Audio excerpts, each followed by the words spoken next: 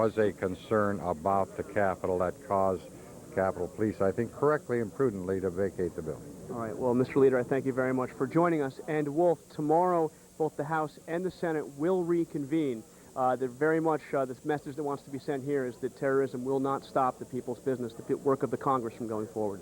All right, Jonathan Karl on Capitol Hill, thank you very much, and thank Mr. Army as well. I want to bring in Senator Bob Graham of Florida. He's the chairman of the Senate Intelligence Committee. Of course, he's been receiving regular briefings throughout the day. We're hearing a lot of suspicions, Senator Graham, about who may have been responsible. Can you share what you know about that responsibility with our viewers? I would agree with Madeleine Albright. It's premature at this point to be identifying who the prime suspect might be. The number of potential suspects based on the complexity of this operation is relatively small, and I think we will soon be able to identify who the culprit is, but tonight is not tonight. Has anybody definitively made any conclusions in the briefings with you and your colleagues about responsibility? Because, as you know, a lot of finger pointing at Osama bin Laden has been going on throughout the day. No, at this point there has not been a single primary suspect identified. Given the nature of this operation, the highly coordinated hijacking of these 4 airliners, is there some suspicion as well in the U.S. intelligence community that perhaps some government may also have been involved? Again, it's premature to try to determine who did it and who their collaborators might have been. One thing we do know is that we are going to, as a result of this and other incidents, reassess our ability to identify and prevent this kind of event in the future. Right now, we're in the stage of responding to a horrendous event rather than where we should be, which is congratulating on ourselves on the fact that we identified and were able to interdict the culprits before they were able to act. One of your colleagues on the Intelligence Committee, Senator Orrin Hatch of Utah, told us earlier today that as far as he had been informed, there was no advance warning whatsoever that these attacks were about to take place. Is that what you're hearing as well? Yes. There had been a general heightening of concern about the potential of terrorism over this summer, but no operational information that would have allowed us to have taken interdictive action against this specific event. Does that suggest to you, Senator Graham, that there was an enormous intelligence failure here, that the massive resources of the U.S. intelligence community had no indication whatsoever about this highly sophisticated attack? Well, what we do know is that there are several areas in which we have allowed our intelligence capability to degrade. We've allowed our human intelligence, spies, the people who can get inside the cells of a terrorist organization and give us information on motivations, intentions, capabilities that would allow us to interdict. We know that we have lost some of our eavesdropping capability, listening to what our potential adversaries are saying. We also know that we've not been making the investment in the analysis of the information that we collect so that we can use it effectively to avoid an incident like this. I believe this occasion will drive home the point that the only real protection against terrorism is the best possible intelligence, and that is the only intelligence that the citizens of the United States should be prepared to accept. Senator Graham of Florida, the chairman of the Senate Intelligence Committee, thanks so much for joining us. And I want to go back to our congressional correspondent, Jonathan Karl. He's up on Capitol Hill, and I believe he has the junior senator from New York, Hillary Rodham Clinton, with him. John? That's right, Wolf. We're joined here by Senator Clinton of New York. Senator Clinton, you've been on the other side of Pennsylvania Avenue when something like this has happened, of course, when our embassies were bombed around the world. What do you think the president needs to come out and say when he comes out and addresses the nation shortly?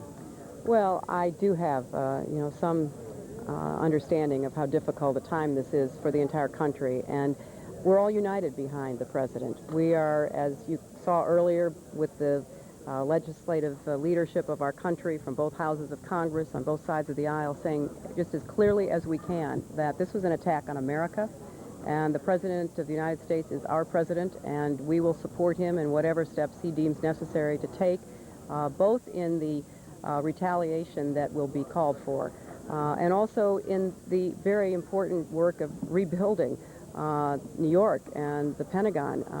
We can't let these evil acts in any way deter us from, making it clear that the United States is resolute, and we are going to support the president. And are you getting any new information from law enforcement out of New York about just the extent of the loss in New York? John, I don't think we even have an inkling of the devastation. We've not really had the kind of coverage at Ground Zero that would show what I'm hearing. Rubble sometimes up to your waist. Our firemen and police officers wading through dangerous circumstances, trying to see if there are any survivors. The numbers of people who are injured and who we fear are casualties, I think will be terrible once they are fully understood. I'm very proud of New York City. The mayor, the police, the fire, all the people working in the emergency front lines have done a superb job.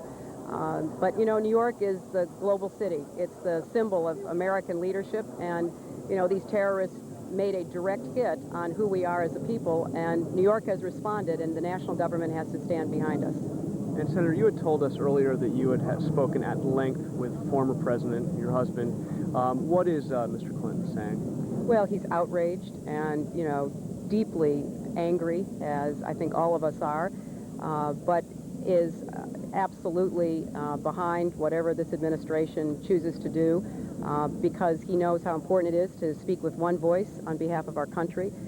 This is something that he and I believe strongly, having been on the other end of Pennsylvania Avenue. And let me say, too, that our country not only has to retaliate directly against those who perpetrated this attack, but we have to make it very clear that we cannot permit any state, any government, any institution or individual to pursue terrorist aims that are directed at the United States or any country with impunity. So I'm hoping that this is the kind of dramatic, terrible catastrophe that unites the entire civilized world, so that it's not just an attack on the United States, it's an attack on everyone who cares about freedom and dignity and justice and humanity. Now, we're told that the Congress has never been evacuated before, not during the War of 1812, not during the Civil War. This was an extraordinary day. Of course, you are coming back. We had the display of unity on the steps of the Capitol. But is any business really going to be able to be done here? I mean, we've entered a new phase here, haven't we? I don't think so, John. I think that clearly, because of the uncertainty that surrounded first the attacks in New York and then the attack on the Pentagon, it was prudent for these buildings to be evacuated, and I certainly went along with that, as did my staff. I think, though, tomorrow you'll see that the Senate and the House will be back in session. We will be debating a resolution that really expresses our very strong feelings of outrage about this. And then we're going to be getting down to the hard work of determining what we need to do. I've, told my colleagues that this is the kind of devastating attack and loss of life that is almost beyond imagination. And, New York is going to need a lot of help. I was pleased that we asked for an emergency declaration of disaster. I talked with the governor, and he's been extraordinarily involved in all of this. But we're going to need the federal government, the entire nation, to stand behind New York. Okay, well, Senator Clinton, we thank you very much for joining us. I know you've got a busy time ahead of you. Thank you. And Wolf, back to you. Thank you very much, John. Just to remind our viewers, we're standing by in about 24 minutes or so. President Bush is expected to be in the Oval Office to address the American public on this tragic day in U.S. history here in Washington at the Pentagon early this morning. An American Airlines Flight 777, a Boeing 757 en route from Washington Dulles Airport to Los Angeles was diverted after being hijacked and was slammed in, crashed into the Pentagon earlier this morning. Paula, this has been a traumatic day in New York as well. Paula's on. Yeah, and some of the images, Wolf, we're about to see again will be forever etched in our consciousness. The whole life of the city, as Jeff Greenfield said, changed forever at 8:45 in the morning. You're actually looking at the second attack on the South Tower of the World Trade Center there. The attacks were 18 minutes apart. We're going to show you images of thousands and thousands of people leaving these buildings that are on fire. Some 50,000 people work in this World Trade Center complex. Many of the roads and bridges were closed today by the city, causing people to have to find their way home on foot. Mayor Giuliani now has declared the lower part of Manhattan off limits to civilians at least until Thursday. All New York City public and parochial schools are closed tomorrow. All businesses below 14th Street in New York City will be closed tomorrow. Both the NASDAQ and the Dow Jones will be closed tomorrow. Airports throughout the country will be closed at least through noon, although there are some conflicting accounts of that. And Jeff, as I stand here on this balcony night and look back at the smoke continuing to billow from the wreckage of the towers, it is, The smoke is it billowing. makes you sick. The only sound are church bells ringing. There's not a single sound of a commercial airline in the skies, which usually fill the night sky, and the Empire State Building, which is usually lit up at night, is dark in morning. It's a scene as a lifelong New Yorker, I could not have imagined in my worst nightmares. And I think one of the more poignant images this evening was watching our Congress sing God Bless America. It actually was one of the more affecting things. You got a sense that the political community, which so often offers prepared statements and goes in a partisan battle, this time they are simply overwhelmed by what happened, and that was a kind of small effort at affirmation. What happens tomorrow? I think the numbness is really going to start hitting, and so will the casualty lists. We have to confirm now that the New York Police Department is saying that at least 78 members of its department are missing tonight. A union representing firefighters here in New York City is saying of the 400 firefighters who were initially called to the scene, 200, Jeff, are presumed dead tonight. And that's only the people that have been counted by an official city agency. If 200 firefighters perished in the collapse of one of those towers, this is why I think tomorrow's going to be, as I said, a tougher day than today. We had earlier a gentleman on who was working on the 65th floor of the North Tower, the World Trade Center, and he said this is just becoming real to him for the first time. But I can imagine across the country, this sense of shock really will turn to outrage. And I think in terms of the impact of this, when people wake up tomorrow, when we begin getting the casualty lists, people are going to want to strike as hard as they can, and the question will be when and at whom. We're going to go back to Washington now, where Wolf Blitzer is standing by for another update. Wolf? We've heard so far, Paula, from the congressional leadership, from members of President Bush's cabinet, from the Defense Department, the Defense Secretary Donald Rumsfeld, the chairman of the Joint Chiefs of Staff. On this horrific day throughout the United States, we're looking at these pictures earlier today at the Pentagon when an American Airlines Flight 77, a Boeing 757 en route from Washington Dulles Airport to Los Angeles, was commandeered and was forced to slam into the Pentagon. We do not know the number of killed and injured, although the number is expected to be very, very high. I want to show our viewers the extraordinary newspaper editions of both the Washington Post and the Washington Times are now coming out with special editions. Here is the headline, "Horror," in a special edition of the Washington Times. Similar edition of the Washington Post was put out today as well. On this day, we're standing by. In about less than 20 minutes, President Bush will be in the Oval Office to address the American public. Bill Hemmer is in Atlanta. He now has more. Bill? Well, thank you. So much of our concentration for our coverage today has been focused on Washington and New York City, but there's another element to the story. In Somerset County, that's in western Pennsylvania, southeast of Pittsburgh, United Airlines Flight 93, bound from Newark, New Jersey to San Francisco, went down in a field. CNN's David Mattingly, one of the first on the scene earlier today, now joins us with a live update from what's happening from that perspective. David, what do you have for us this evening as night has fallen there in western Pennsylvania? Well, Bill, we are standing right in the heart of farm country in western Pennsylvania. I'm surrounded by cornfields, green pastures, and rolling hills. But tonight, this normally peaceful setting is teeming with emergency personnel, hundreds of emergency personnel and state troopers. Their mission tonight to lock down the crash site of the United 757 right here in this area. The plane went down in an old strip mining area. Views of the crash site indicate an impact crater about 10 feet wide and 10 feet deep and 15 feet wide. Officials report only small pieces of debris at the site, excuse me, giving you an indication of what kind of force was behind this crash. Now, residents say they were watching news coverage, and you can imagine their horror watching the news coverage in New York and Washington, D.C., and suddenly hearing a tremendous explosion here.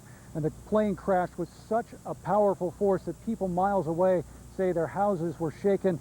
The school a couple of miles away, windows were shaken. Students and teachers who were watching also on television at the time were reportedly very upset.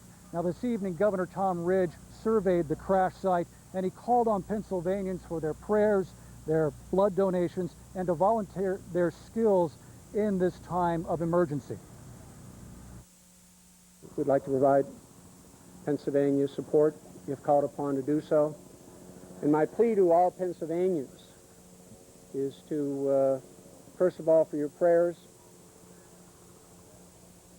Secondly, for your blood. I think that the Red Cross would appreciate volunteers. There is a great deal of speculation here at the crash site regarding the reporting of a 911 call that reportedly originated from the hijacked plane and was taken by a 911 operator in a neighboring county.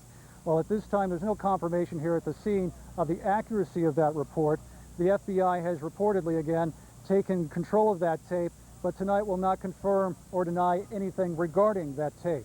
So obviously, possibly a key piece of evidence also being looked at in regards to this crash site. Bill. All right, David. David Mattingly on the scene there in Somerset County, western Pennsylvania. Again, 38 passengers on board, 5 flight attendants, and 2 pilots. And the indication David was given earlier by eyewitnesses who saw that plane go down, it appears that plane went directly into the earth again earlier today, 10:20 a.m. Eastern Standard Time. We'll continue to canvass the country, and it should be pointed out that a number of Americans in many major cities across the country, and even in the small towns, still somewhat disturbed and in a state of shock over what we're seeing throughout the country today. Here in the city of Atlanta, it is quite unusual to see a heavy commuter city like Atlanta to have so few cars traveling on its downtown streets right around rush hour, but that was the scene we saw in this southern city today, and a number of malls indeed closed as well as people again continue to react to what we have seen throughout the day here. The president will speak in 15 minutes time, 8:30 p.m. Eastern time from the White House, and certainly CNN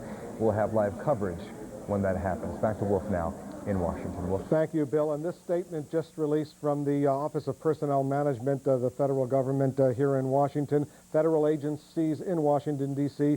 Will be open for business as usual tomorrow, Wednesday, under what is called an unscheduled leave policy. That means federal employees may take leave without prior approval, but federal agencies will be open in Washington. Our senior White House correspondent, John King, is over at the White House getting ready, like the rest of us, to hear the president, but he has a guest.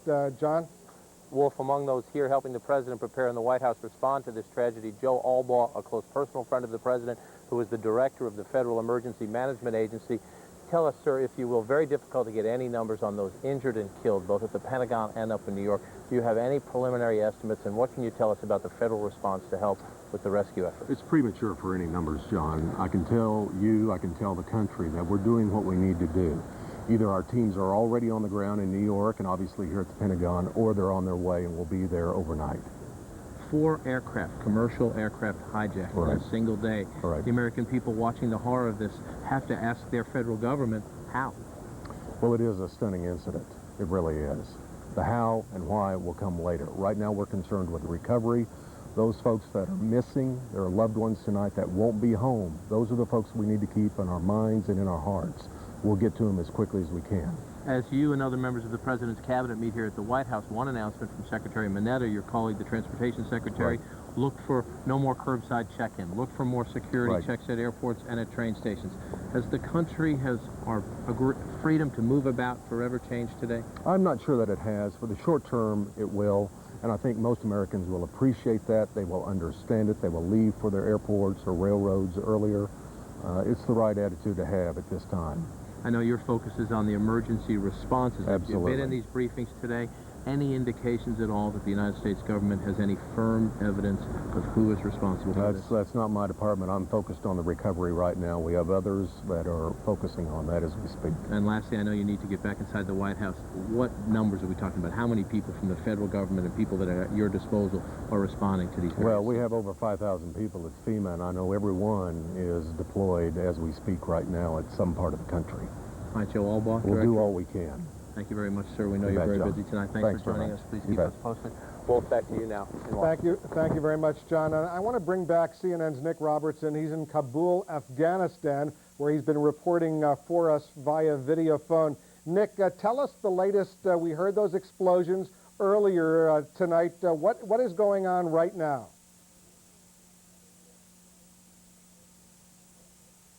Well, Wolf, it's about 10 to 5 in the morning, daybreak here in Kabul. We'll certainly get a better idea of the extent of the damage caused by those explosions we heard overnight. A little under an hour ago, we heard from a senior Taliban official who confirmed that the city was attacked. He said it was attacked by 2 helicopters, firing rockets, hitting an ammunition dump in the city. He said that the helicopters were sent by the Northern Alliance. That is the forces that the Taliban are battling to gain control of the last 5% of Afghanistan. The Northern Alliance said that they were responsible for those attacks. Northern Alliance very, very upset with the Taliban at the moment. At the weekend, their senior commander was the subject of a suicide assassination attempt that the Northern Alliance blamed the Taliban. Are very tense at this time. An audacious attack. One analyst described the attack this evening. The front line of the Northern Alliance, some 40 or 50 miles from this capital, they flew helicopters in under the cover of darkness, switched on searchlights when they got into the city, and fired missiles at the city. In a few hours, Wolf, we expect the United Nations agencies here and several international diplomats here in the city to consider their position. We understand the United Nations often at times like this will withdraw its staff. In a few hours, we'll find out about that. Wolf? Nick Robertson, our man in Kabul, Afghanistan, thanks so much once again for joining us. Stand by. I want to bring in right now Paul Bremer, the former U.S. ambassador for counterterrorism. You spent many, many years studying these kinds of developments, perhaps not as horrendous as what has happened in the United States today. Whose fingerprints do you suspect are over this operation? Well, as the chairman of the Intelligence Committee said earlier, it's early to make any conclusions, but there basically are 4 groups that you can imagine having the capabilities of doing this. Bin Laden is certainly one. The others would be some of the more radical Palestinian groups, which might be able to do this. And I think that's the list of possible suspects for the moment. And you've eliminated homegrown U.S. sponsorship the way that occurred at Oklahoma City. Yeah, I don't see that. That doesn't look to me to be the kind of operation those people have done. They're not suicide people. They like to get away. This is on a scale which goes way beyond anything, I think, that's domestic. Now, we spoke earlier in the day, and you, of course, chaired a commission on counterterrorism that released findings earlier in the year. A lot of speculation about an intelligence failure that could have been predicted. In fact, when I spoke to you earlier, and I've interviewed you earlier, there has been a lapse in intelligence gathering, the human intelligence gathering, in other words, running agents or spies within these terror cells. Right, and as the chairman of the Intelligence Committee said, I think it's the most important problem we need to address now. The objective of the counterterrorist policy is to prevent Americans getting killed. It's not the retaliation, it's to prevent the attacks. And if you're going to prevent the attacks, you have to know ahead of time about them. And the only way to do that is to have a spy among the terrorists who's willing to talk to you. Our commission looked at this rather carefully and concluded that we've got some guidelines, some rules that were established in the CIA in the mid-90s that have the effect of deterring case agents from basically trying to engage terrorist spies. And I think this kind of attack shows, again, the importance of intelligence, the importance of taking a very aggressive look at human intelligence. Well, explain to us why, theoretically, the CIA would put these kinds of rules in effect. Does it make any sense whatsoever not to try to penetrate these terrorist operations? My own view is that these rules do not make any sense, that in fact, if you're going to get good intelligence on terrorists, you're going to have to deal with some very unsavory people. The rules were put into effect because there were concerns at the agency at the time that it was associating the United States with people who might violate human rights or be criminals. Well, I sort of say, yeah, of course, that's what terrorists are. And if you're going to get intelligence about a terrorist, you're going to have to deal with terrorists. That's a fact of life. And if you're running these unsavory individuals in these terrorist cells, you're presumably paying them for their cooperation. And as a result, I take it what you're suggesting, the CIA doesn't want to be in the position of having to tell Congress that they're paying these unsavory terrorists? Well, I think that's probably what led to these guidelines being imposed in 1995. I think that in the wake of this kind of an attack, we're going to have to take a close look at that, and my guess is that those guidelines will be changed. But what we have to do now is find out who did it, and then we have to prepare a retaliation that would, I hope, be the most vigorous military retaliation we can against the people who did it and any governments that were in any way contacted with this, including, if it's in Afghanistan, the Taliban. And I think that the day of sort of talking about terrorism is over now. We've seen the catastrophe that, unfortunately, many of us have been worried about. It's happened. Tens of thousands of people have been injured and maybe killed, and now's the time for real action. If the retaliatory strike does take place, and everyone assumes eventually it will, won't that, as some critics will say, just simply lead to more terrorism, the cycle of violence, as the State Department, and you once worked there, likes to call it? Well, I think you have to be careful not to talk yourself into a Hamlet syndrome when fighting terrorism. You can always make an argument against military retaliation because it's going to lead to something else. You can always say that diplomacy won't really work because other countries won't support you. You can say that economic sanctions don't work because other countries will violate them. And you can go down the whole list of options that are there and persuade yourself that none of them make any sense, and at the end you do nothing. And effectively, if you do nothing, then this is the kind of thing that happens. And I think the American public will, when they take a deep breath, want and indeed deserve a very strong reaction to this. And I think it will be interesting to see how many of our allies who are today giving statements of full support, how many of them are really going to be with us when the time comes for retaliation. Then's when we'll know who our real friends are. All right, Ambassador Bremer, it was kind of you to join us. Thank you very much. See you. Let's go back to New York, and CNN's Aaron Braun is standing by. Aaron? Well, thank you. We are waiting for the president whose day began in Sarasota, Florida, where he was going to make a speech on education. He then went to Shreveport, Louisiana, and then to Nebraska, to where the Strategic Air Command is based, and finally back to Washington. There are, it seems to us, moments in a president's term: the Challenger for President Reagan, the Gulf War for President Bush, Oklahoma City for President Clinton, now this, where the country looks to a president for information and reassurance. Our senior White House correspondent, John King, I expect we'll hear both today. Expect you will, Aaron, on a day that defies description. The president, we are told, wants to deliver a message of, quote, resolve and reassurance to the American people. Mr. Bush back at the White House now for a couple of hours. He has been briefed by the vice president and members of his national security team, the key members of the Bush cabinet here as well, trying to direct the federal government's response to this crisis. Mr. Bush will address the American people, as you mentioned, from the Oval Office here at the White House after a day that began in Florida, saw him go to a military installation in Louisiana, then a second military installation in Nebraska. All this as he tried to stay in touch with the national security team, and all this as the White House, the Secret Service, and the military decided whether or not it was safe to bring the president back to Washington. They very much wanted the political statement of the president returning to the White House to try to dispel any notion that this was a country under siege. Still, this is a key defining moment for this president, 8 months into office. We're just a few minutes away from hearing him on the state of tragedy in the United States address the American people from the Oval Office. And indeed, that political message that the government is functioning, that despite all that's happened, was repeated again and again by officials in Washington. Late today, I remember hearing Karen Hughes. It was almost the first thing she said. She was reassuring the American people that their government is running despite it all. This is the government continuation plan in the textbooks in Washington, D.C. This is a very young administration, and this is a major test, John. That's right, Aaron, and at times there is a conflict, if you will, between the security arrangements and the political calculations. The president being kept out of Washington, the key leaders in Congress being taken to a secure bunker outside of Washington, all that part of a protocol. Go ahead, Aaron. John, I'm sorry. I just want to tell our viewers that what they're looking at is a fire that continues to burn, and I assume this is a continuation until I'm told otherwise, at the Pentagon in Washington. These pictures that you're looking at now, John, I'm sorry to interrupt. Quite all right, Aaron. The picture's quite a devastating day, the scenes we are seeing today. What I was saying is there is at times a conflict between the security concerns and the political calculation. White House officials very much saying throughout the day they wanted to get the president back to Washington for the signal that sent.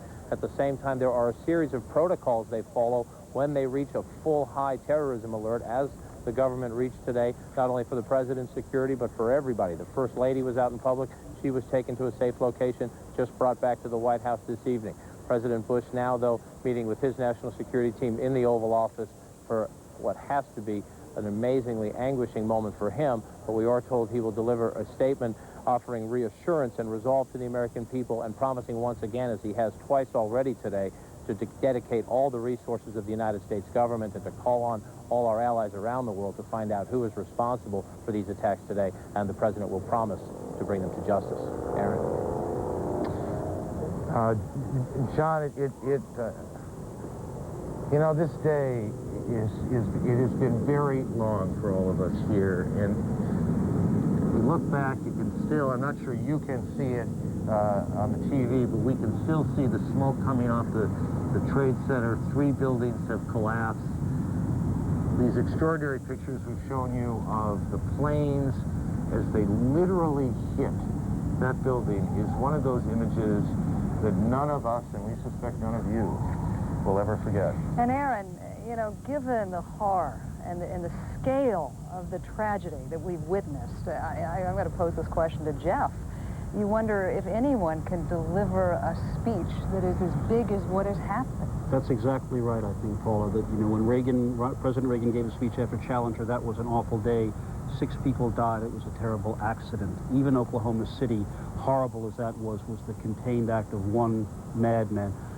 This attack on the United States, which is not an overstatement, in some way makes words almost, it's too much of a burden for almost any speech to bear.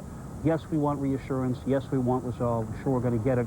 At the end of the day, you know, we still don't know how many people are dead because they can't even go into that rubble 2 miles from here. And, you know, Mayor Giuliani, Jeff, late today, talked in terms of a week, maybe a week, before we really know how many people have perished in that building. It is a long time to wait. There were a lot of phone messages when I was downstairs earlier from people wanting to know the answer to that question. How many people have died today? And that is simply unknowable. And you know what, Aaron, unknowable. That makes that so hard to answer is that city officials can't even get within that perimeter area. There is still debris falling from these collapsed buildings, and there are an untold number of people still trapped. And we know that there are a couple of hundred firefighters who are missing. There are 78 New York police officers who are missing.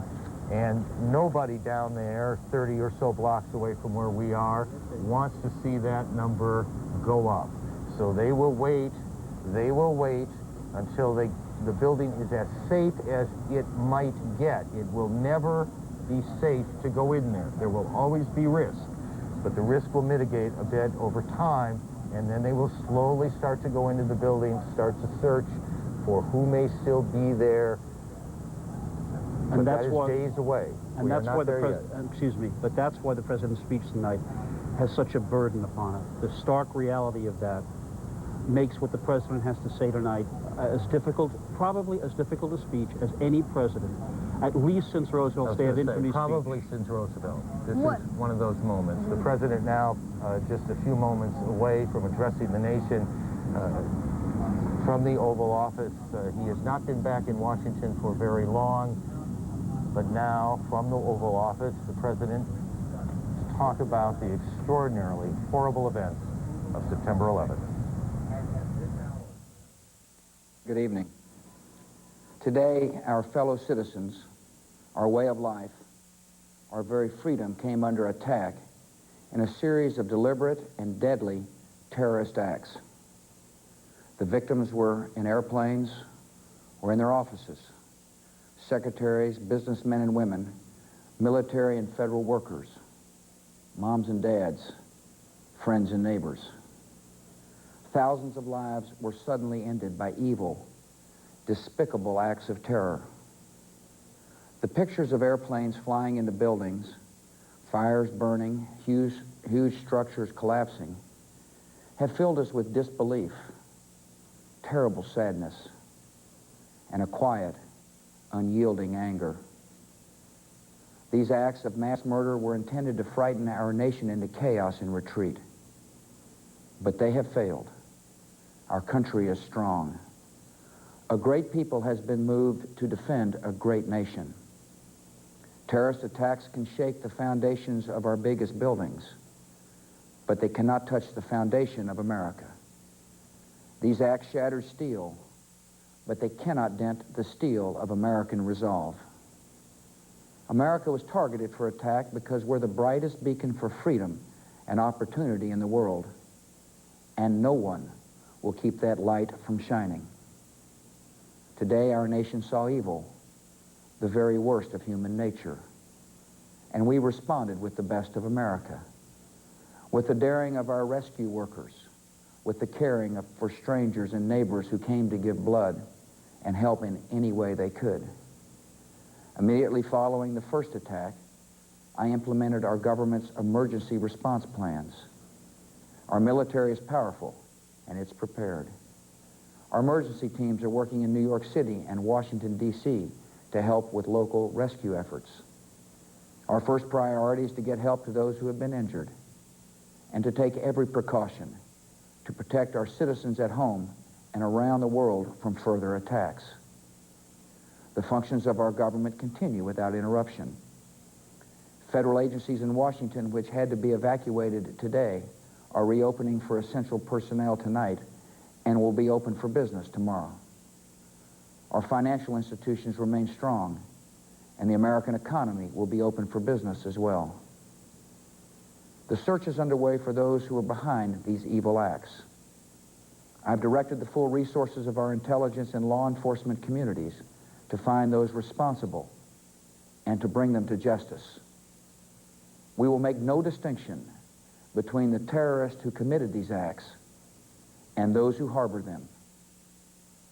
I appreciate so very much the members of Congress who have joined me in strongly condemning these attacks. And on behalf of the American people, I thank the many world leaders who have called to offer their condolences and assistance. America and our friends and allies join with all those who want peace and security in the world, and we stand together to win the war against terrorism.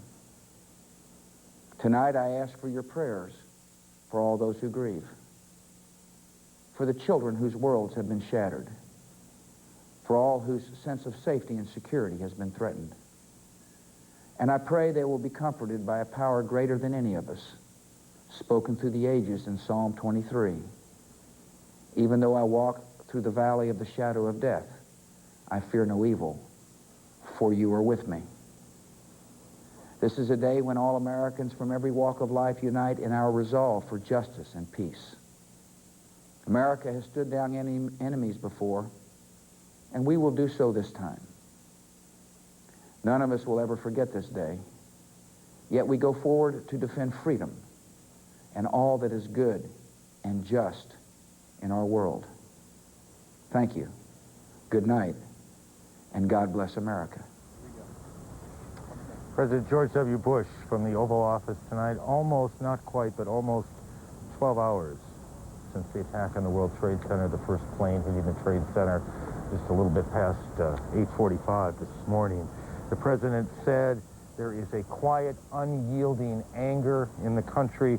We were attacked, the United States, he said, because the country is a beacon of freedom.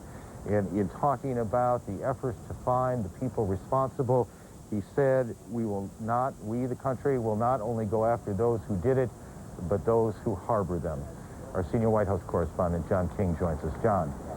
Aaron, the president also calling this a mass murder, and we've been unable to get any estimates on those killed and injured, the president using the term thousands when discussing those killed today in the attack. That last point you were just making could prove critical. The president saying the United States government will make no distinction between the terrorists who carried out this attack and those who harbor them. Just before the president was speaking, I checked in with a couple of congressional sources who are telling CNN that in private briefings today, key members of Congress were told by senior administration officials that the administration is, quote, confident based on the early evidence in this investigation, quote, confident that Osama bin Laden is responsible for this attack. Now, in those briefings, we're told the administration did not say that with a certainty, but did say it was confident, that it had hard evidence in hand as the investigation was continuing. That could be a significant thing to follow up in the days ahead based on the remarks of the president from the Oval Office to the American people tonight. Aaron? Mr. bin Laden has been an elusive character out there for a long time now. I guess he is on notice today. I think the president pretty clearly made that known. But he has not been easy to find, Mr. bin Laden, has he? He has not been easy to find, and there has been a great deal of criticism, some from the Congress, some from members of this president's cabinet now during the prior administration, that the United States government was not doing enough on the second point, not only to try to go after Mr. bin Laden, but to take action against those governments that provided him sanction. That a key distinction the president making tonight, obviously, as we learn more about the investigation in the days ahead and the outreach from this government to allied governments around the world and perhaps to other governments suspected of giving aid and comfort to Mr. bin Laden in the next few days as we assess the grim death toll and those injured in the days ahead. That's something else to keep an eye on as well. Aaron? John, thank you. John King, our senior White House correspondent. Paula? And earlier on, Aaron, we were talking with Jeff Greenfield about the challenge of the president delivering a speech where the toll has been so enormous. Jeff, your reaction to the president's words tonight? They are the words that he had to speak. But again, the question is, when the president says, it may have shaken the foundations of the building, but it did not shake our foundations in ourselves. That's what a president must tell us, and it's what we want to believe. But I venture to say in the country today, there are a lot of shaken people, not just in this city. And I think the key is not so much the words that were said tonight, but what happens in the days and weeks ahead. How different a country are we going to find? How much are our movements going to be restricted by the need for more security? The only other point I want to underscore John King's point, Richard Holbrooke on our air said, if the Taliban in Afghanistan is shielding bin Laden and he is the one responsible, they must feel the full force of our response. When the president said we will make no distinction between the terrorists and those who harbor him, I think that's very much the point he was making.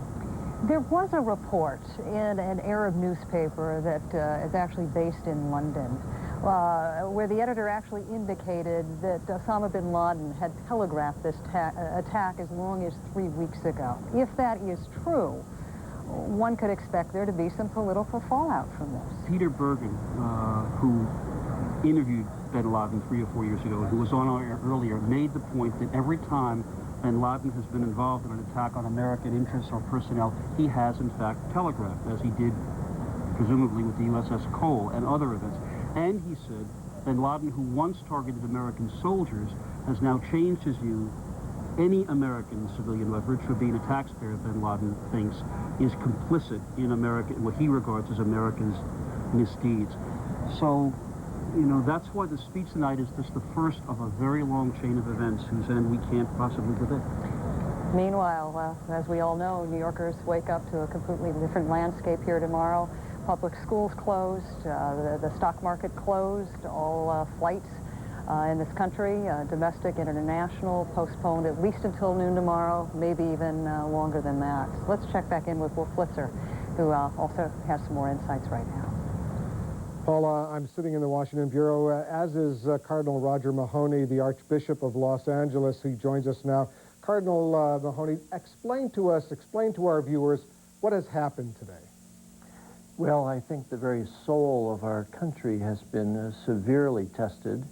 There has obviously been a great wound inflicted upon us, and there's great uncertainty in people's minds. There's great anguish, there's great outcry, but there's a numbness and an emptiness. And I think when the president called upon us to reach into the inner depths of our being and find that source of light, I think he has given us the insight we need. We in this country are people who, by and large, believe in God. We are people who believe in prayer.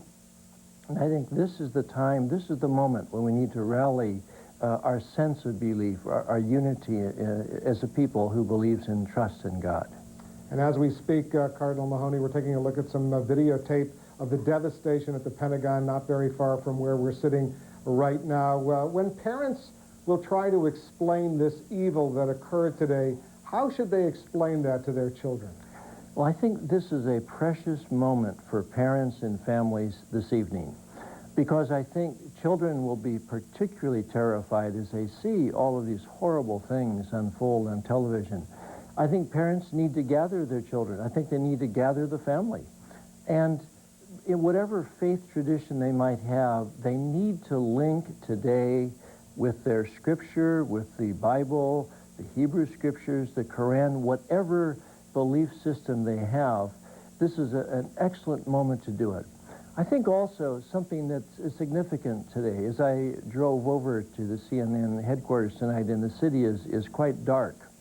It occurred to me that terrorists live in darkness, and their evil deeds, they do not wish those to be seen.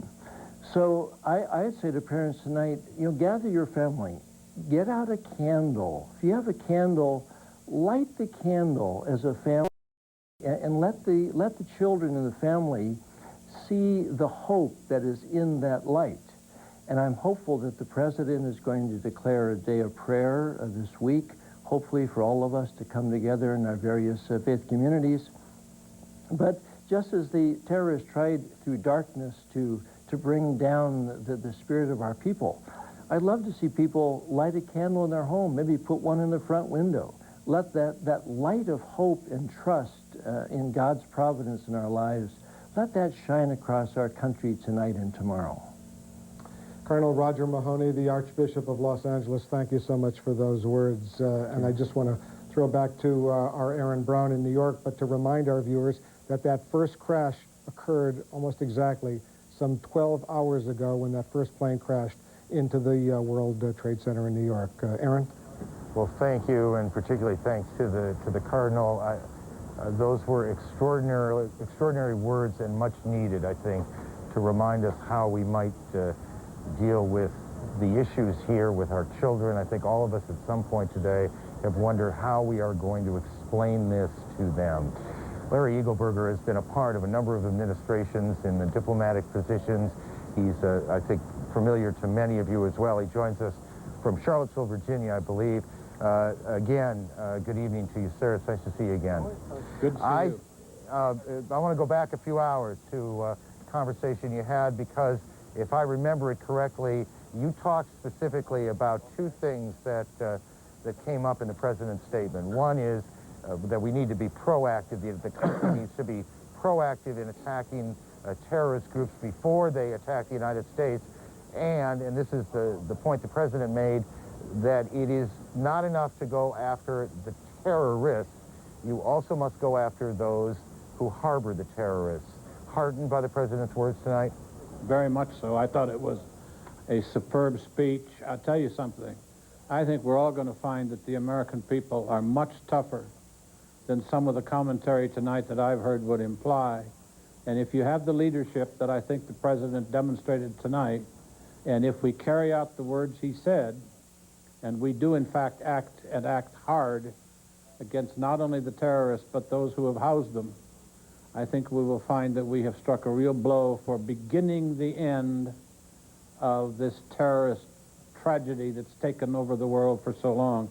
We won't win it all at once, but if we now really start to take seriously the words that the President said, both in terms of attacking the terrorists and those who mother them, I think we can begin to see this thing turning around. And I think the American people will be totally in support of that.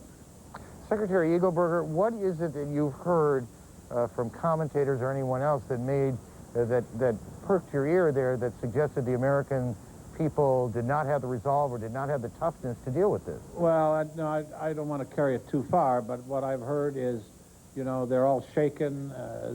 There's some implications that we're not going to sort this out too quickly. All I'm saying is, whether we've been shaken or not, if you watched what went on in New York City today, and particularly the police and the firemen, but also average New Yorkers, in the ways in which they responded to try to take care of each other, I was in fact very much impressed by their guts and their ability to deal with these things in a rational way. And I think it showed a great deal about the city of New York, which has not always been my favorite place, and it also showed a great deal about the American people, and I think you're going to find that we are going to be really prepared to back the president all the way. Now, in this sense, I do think it's like Pearl Harbor, because it's Pearl Harbor that led us all to come together to defend ourselves against the Japanese. I think this is Pearl Harbor in a sense in bringing us now to look at this terrorist issue as in fact we should look at it, which is if we don't deal with it now, it will be so much worse as the years go on. Secretary Eagleburger, thank you. It's good to talk to you again. If I could just second one thing he said. Of all of the images that we've seen in the 12 hours that we've been here, it is a scene of New Yorkers calmly evacuating the area, very slowly walking, no panic, no screaming, helping one another, that has stayed with us. It is not the most dramatic picture, but it is one of the most telling pictures we have seen about how people respond in moments of extraordinary crisis. Paula? I'll also tell you, Arian, the story that hasn't been told is the generosity, the spirit of the New York people. I mean, a lot of New Yorkers get a bad rap here, but the fact is there was a plea made for people to donate blood, and at many area hospitals, there were as many as 4 to 5 hour waits. People lining up. This is a city that has taken a number of terrible hits in recent time, but in moments like this, it is truly the best of us that we saw today. And I don't think it's simply New Yorkers. I think we would have seen this most anywhere else. But they're a tough group out there below us, 30 or 20 floors, and they handled an awful, awful experience today with extraordinary calm, to which I think we all are grateful. All right, right now I'm going to check in with James Kallstrom, who was formerly of the FBI. Welcome. Thank you for joining us tonight. Well, Sir, can you explain to the American public how it is possible that 4 commercial airliners were hijacked in a several-hour period? I don't think we can explain that right now, Paula. I mean, we'll be answering those questions in the future. I can tell you this, that everyone in law enforcement and the intelligence agencies prayed and hoped that something like this would never happen. It has happened. I thought the president gave a great speech tonight. I was particularly impressed.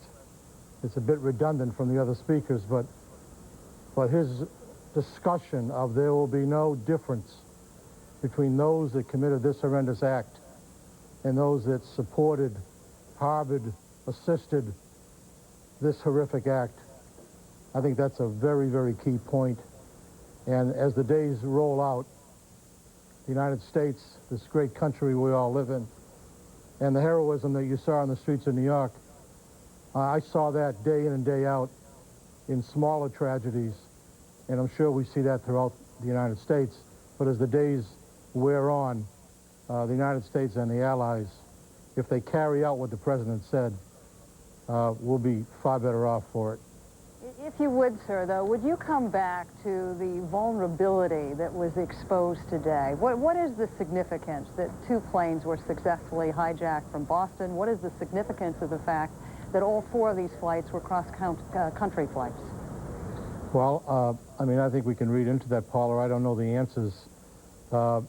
It would seem like the interesting and tragic thing is that people would give their lives that could also fly sophisticated airplanes, that they apparently could get on these airplanes through generally good screening techniques. I heard one report that they were carrying knives or box cutters, and that could be. How do you get through security with box cutters on you? Well, I'm not going to go into all the different ways that could happen, and I don't know exactly what happened. I don't think now is the time to try to figure that out. Obviously, people want to know that answer, but I think now let's concentrate on the dead, the families, those that are still alive in the rubble in New York, in the Pentagon, out in Pennsylvania. Let's work like crazy to find out who did this. That's what's going on right now. And let's bring those folks to justice. And let's do what the president said. Let's see no difference between those that did it and those that helped it, harbored it, assisted it. Let's do that. If you would, walk us through the process that begins tomorrow. Rescue workers still are not able to penetrate that perimeter area surrounding the World Trade Center because of falling debris, because of smoke. Walk us through what we can expect tomorrow.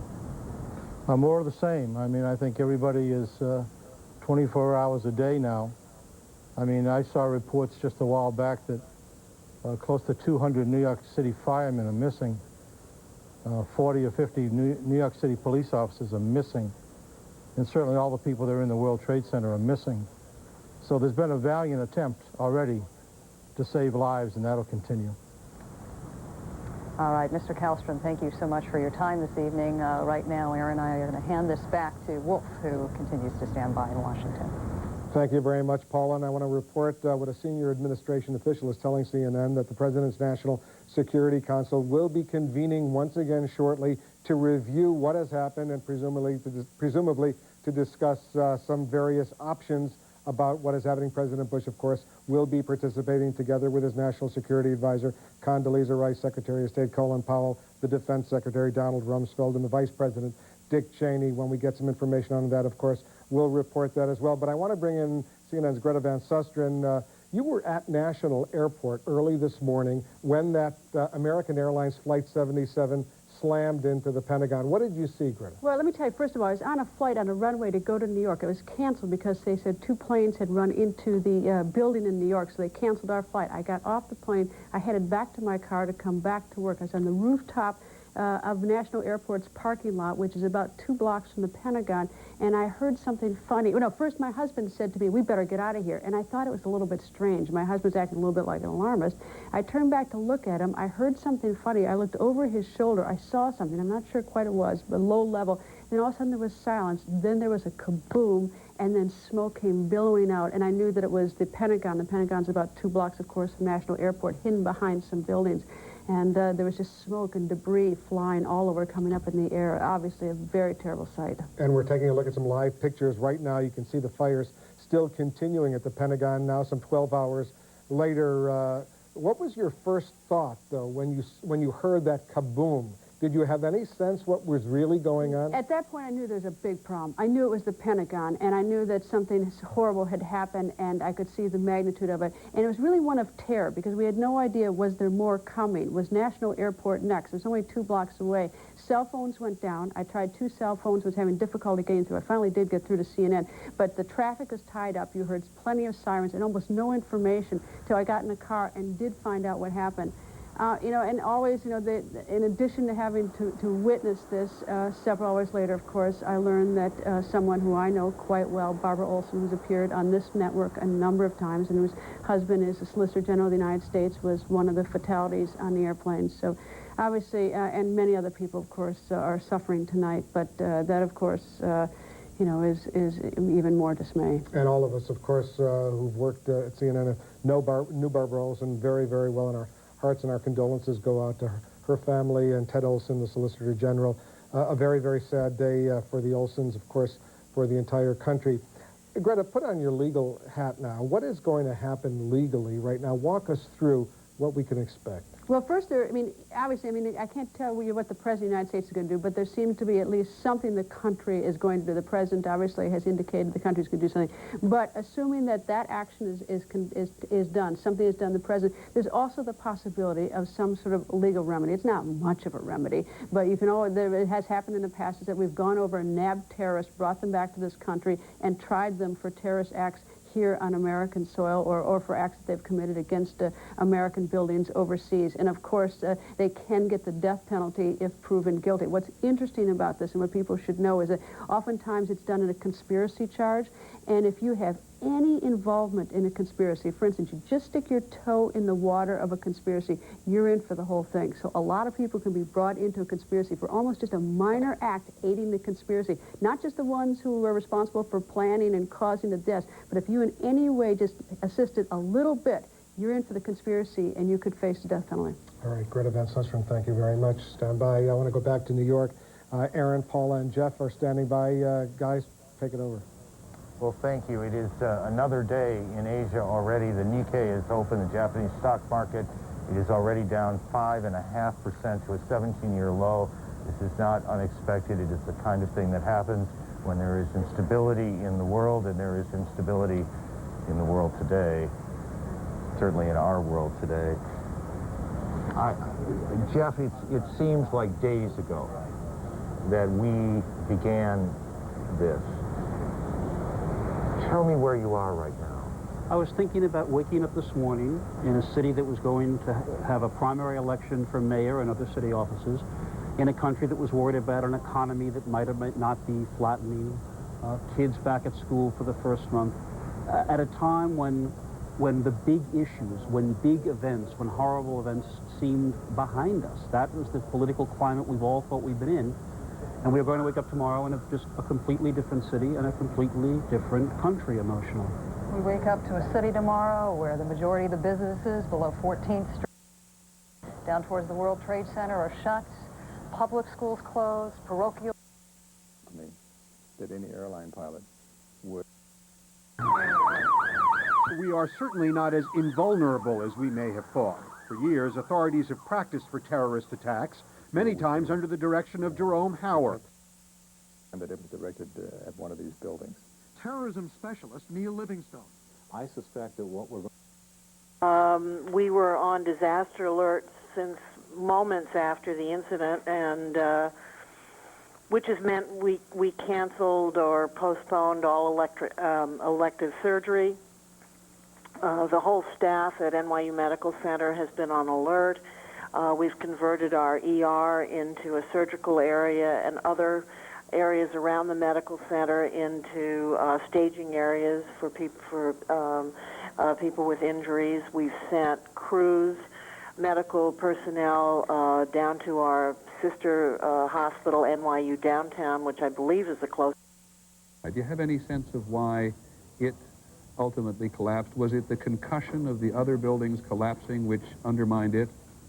I'm not familiar with that building. We were not involved in that building, and I haven't seen any of the details on that yet. So aside from your horror, which I assume you share with the rest of us today, when you look at what has happened today, you learn something? Well, it's a very difficult situation because if you take that much of a load and that much jet fuel and you put it into a building, there's very little that you can do. And really, I think the solution to this will be to keep the planes and keep these attacks away from the doorsteps of these buildings. John Nance, who's our aviation analyst, said to us several hours ago when speculating, as we all are in many cases, about who may have been involved, said he would not be surprised if somewhere in the world there was a structural engineer who was part of this operation. Does that make sense to you? It makes sense. I sure would hope not. Every structural engineer is dedicated to preserving public safety. And just the thought that someone would take that training and use it for evil purposes just really disgusts me. Is there anything I've missed, John? No. That? No? Okay. I'm very grateful for the time. What's it like up there? Of not being able to do it. We just have to show the resolve. Thank you very much, Senator Schumer, for joining us tonight and sharing your thoughts as well as your advice and good counsel with those who are choosing to listen to us tonight. Joanne Pileggi, it is now the top of the hour. I was on my way to work, and the dust come down and cover us. We had to feel our way out from the dust. It's just bad. Also relieved to be alive, radio reporter Hernando Reyes, who was struck by falling debris while covering this disaster. And then everything is collapsed. And we run, I'm run. And then I jump to the floor. The mass evacuation from Lower Manhattan continued throughout the day. New York is a city in lockdown. With no mass transit to the area, workers and residents set off on foot. Thousands walked across the Brooklyn and Manhattan bridges, as well as the northbound lanes of the FDR Drive. Anxious to get out of harm's way, many looking forward to reaching the safety of home. I'm going to try to get to Grand Central and walk from there, but it's like a war zone further down. I mean, I want to say it's like a movie, but it's not. I mean, it's just a surreal feeling. In Lower Manhattan, I'm Pauline Liu for the WB11 News. A lot of people walking over the bridges today. I mentioned earlier that I got here by coming over the 59th Street Bridge, Right. and you could see the towers burning downtown and people just flooding over the bridge from Manhattan trying to get to the outer boroughs. And you got a sense in Pauline's report there of the hysteria that people were understandably feeling as they tried to take in what had just happened to them. And of course also from that other piece that I just did a little while ago, when the second plane hit the towers, and then to see the chaos that erupted on the ground. Because I think people thought the first time it was a fire, Right. maybe an explosion, but then when the second explosion happened, they knew something really, really serious. And of course, then there was still the building collapse to come, which turned everything upside down even more. Polly Kreisman, back with us now. How are We're going to talk. You've been following through on what security procedures didn't work, did work, fell through today. Indeed. It's hijacked this day. This one described... Unlike that particular attack, in this case, the invader is unknown, which throws over all of our assumptions. A couple of hours ago, the governor has deployed the National Guard to relieve them because our people are going to need reinforcements pretty soon. After the Trade Center attacks, the Pentagon was hit by another commercial passenger jet. We are going to need the support of all our allies in Europe, the Russians, the Chinese, and any other country that might have in the past flirted with playing both sides of the street. As emergency personnel tried to cope with the mass devastation in New York City, yet another terrorist-commandeered plane crashed in western Pennsylvania. This one had left from Newark International this morning. We'd have to be evacuated completely. And they wouldn't tell us if there was a threat here or not, but just everybody had to get out. All air traffic throughout the United States has been suspended.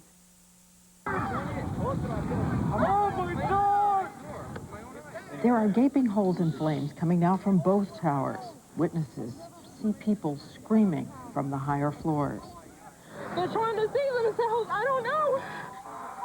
You see people jumping from the top of the World Trade Center. And this is as close as we can get to the base of the World Trade Center. You can see the fire. It was about 10 o'clock a.m. when the South Tower collapsed. A huge explosion now, raining debris on all of us. We better get out of the way.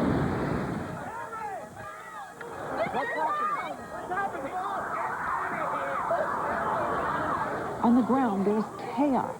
Flaming debris, someone said, like at the dark side of the moon. It was bad. It was like a dust storm or something. I couldn't see anything. About 20 minutes later, the second tower crumbles to the ground. Oh my God, there it goes!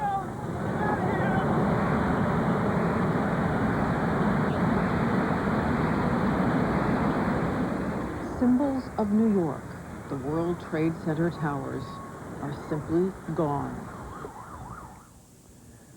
Diane Sawyer giving us what it was like, at least from a distance, because we've all been at a distance from this, what it was like in those first moments. Now let's look at it from another perspective, because ABC's Lisa Stark, who covers aviation for us, as we've said several times today, is able, I think, to take you there, Lisa?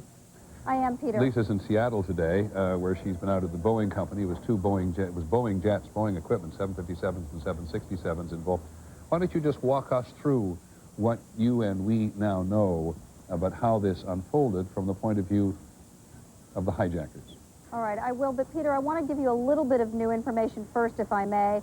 There's a meeting going on, we understand, between the Federal Aviation Administration and the major carriers at this point. They are trying to determine how they might be able to get air service back up and going again tomorrow, what steps would need to be taken. We do understand from a number of sources that one of the things they are considering is a resumption of the Air Marshal program. That would be for armed air marshals that would actually fly on a number of flights. Now, that happens now in the United States, but it's a very small percentage of flights. It's unclear whether they would ramp up to every flight. That seems unlikely. But whether they are considering whether they would put air marshals on a number of flights as a precaution throughout the United States. One of the options that they are talking about. Okay, just before you go to your chronology then, let me remind people that what you mean by air service backup is because hundreds of airplanes and thousands of passengers, an extraordinary job of air traffic control and pilots getting planes safely on the ground. When he comes out and addresses the nation shortly.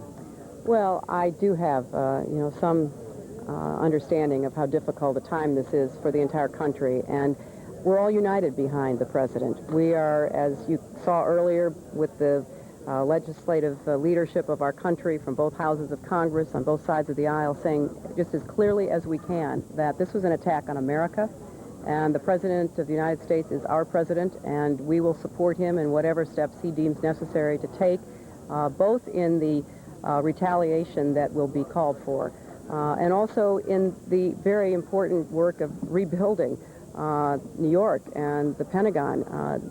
We can't let these evil acts in any way deter us from, making it clear that the United States is resolute, and we are going to support the president. And are you getting any new information from law enforcement out of New York about just the extent of the loss in New York?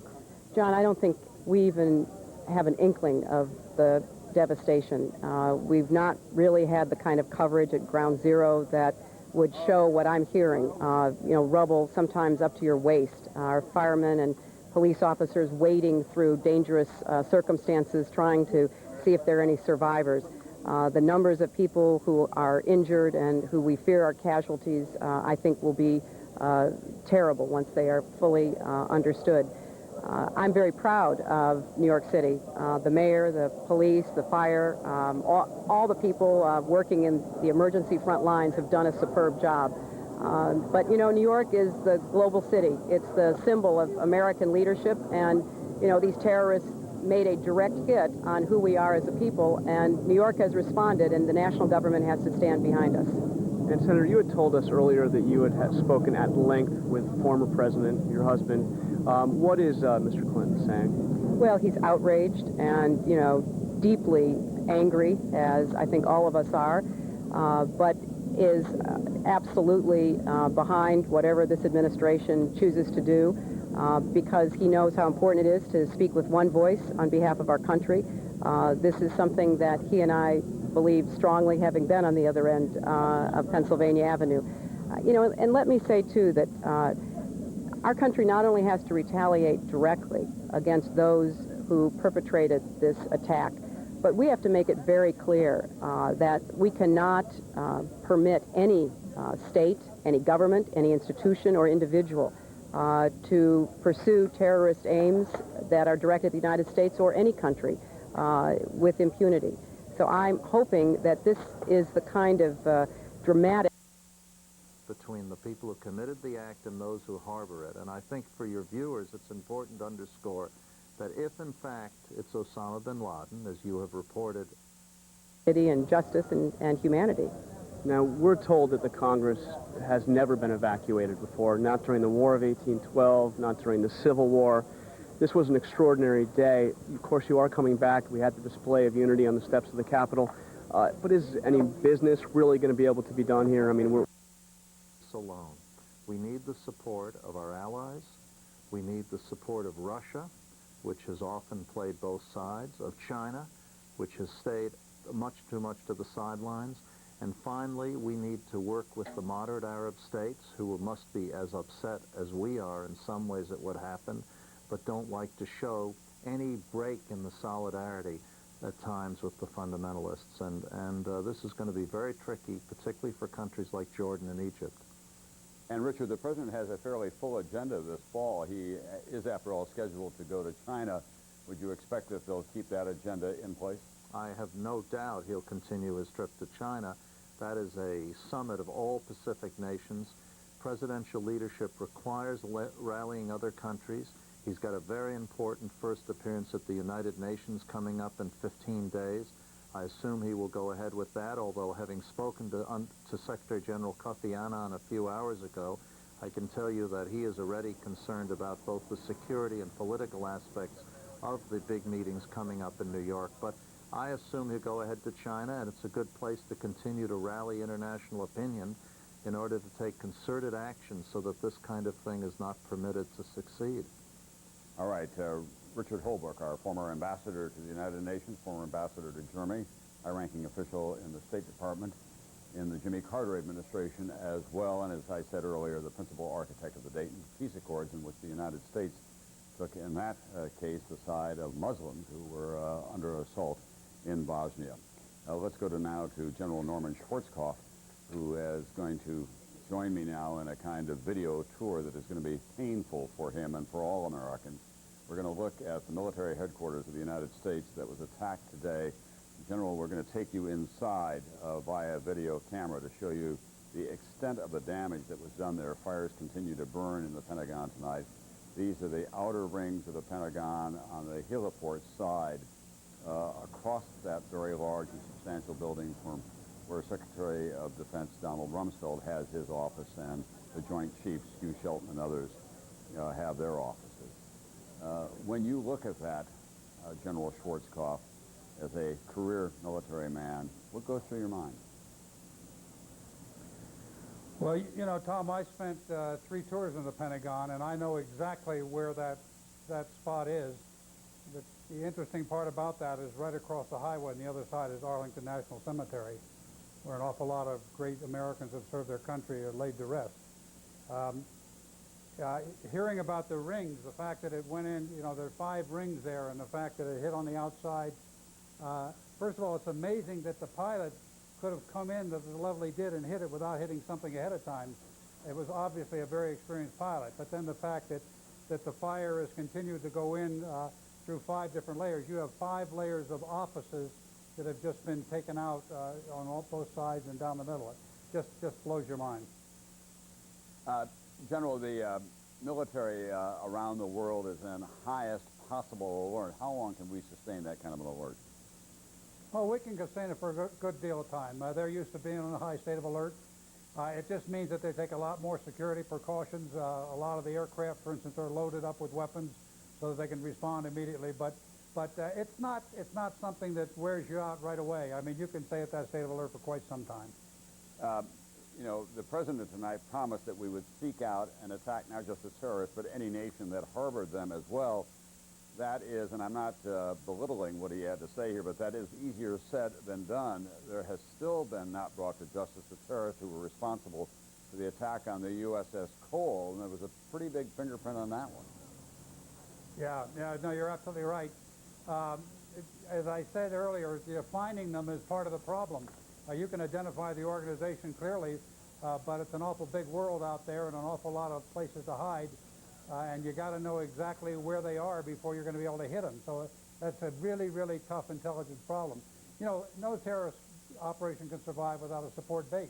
There's no doubt in my mind that there's some place within our country right now, there's some people who supported those terrorists prior to the time they went and got in those airplanes. And those are the people, too, that you have to find. Was there anything when you were commander of Southern Command and based in Florida that made you more anxious than the possibility of a terrorist attack on this country, even though you were responsible for American military forces in another part of the world? Well, I think I was more concerned for the military forces in the other parts of the world. At that time, you know, again, we all had the mentality that nobody was going to come over here and hit one of our major headquarters in this country.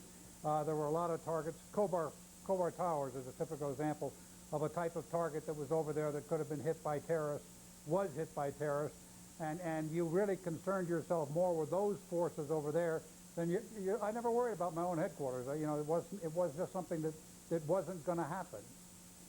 General, we have trained generations of military leaders to adapt to the changing times.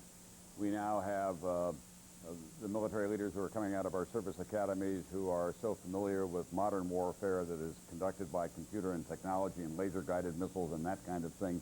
Are we going to have to develop new courses and new disciplines at the service academies for fighting terrorism? Tom, we've got some outstanding military units out there that are fully prepared to take on the terrorists on the ground in any kind of fighting they want to fight the battle. Yeah, there's an awful lot of technology involved in the business of war fighting, but there's an awful lot of the warrior spirit that's involved too. And we've got special operations forces, we've got ranger forces, we've got special operations forces in all of our services that are very, very capable of taking on the terrorists, you know, by their rules or ours. So once we find them, you know, we'll be ready to deal with them. There's absolutely no question in my mind about that. If you were back in the Pentagon and someone said we're going to have to put a military component into commercial airline security in this country, either in the skies or on the ground, would you be for or against that? Well, you know, it's sort of it rubs me the wrong way. A lot of people said that about the drug war. You know, we ought to have a soldier with a bayonet standing on every street corner in the United States of America, and I'm very uncomfortable with that from a constitutional standpoint. On the other hand, we do have some people, some very, very highly trained people that could perform that role very, very well if indeed we decided to put somebody like that in each of our aircraft. All right, thank you very much, General Norman Schwarzkopf. Yes. Can I give you one more observation, which I think is very pertinent? Absolutely. You know, in the Gulf War, some of the people today criticize what we did in Iraq. We went to extraordinary ends in the Gulf War, even endangering our own forces more so to avoid attacking innocent civilians. And yet what these bastards have done is deliberately attacked innocent civilians, and that's the difference between them and us. Well put, General Schwarzkopf, as usual. And, of course, a lot of people have been talking today about the comparison between Pearl Harbor and this attack. It is the most serious attack since Pearl Harbor, but that was a military attack on a military installation, and we knew exactly who was responsible for it at that time. So this is a whole different order of magnitude, and I'm afraid that this is going to be a very dark day in America for a long, long time, and the consequences are yet to be resolved for all of us. We want to share with you now just what kind of a surrealistic day this was over Lower Manhattan. There is the plane that comes in for the second attack on the South Tower. It appears to have gone all the way through. We don't know whether it was just the fireball that did that. It was fully loaded with fuel for a transcontinental flight, and that plane, which also had its origins, as I remember now, in Boston, flew right into the South Tower of the World Trade Center about 20 minutes after the first plane flew into the tower that you see just before you. And then, of course, which was unexpected to many of us in terms of how swiftly it happened, they came down.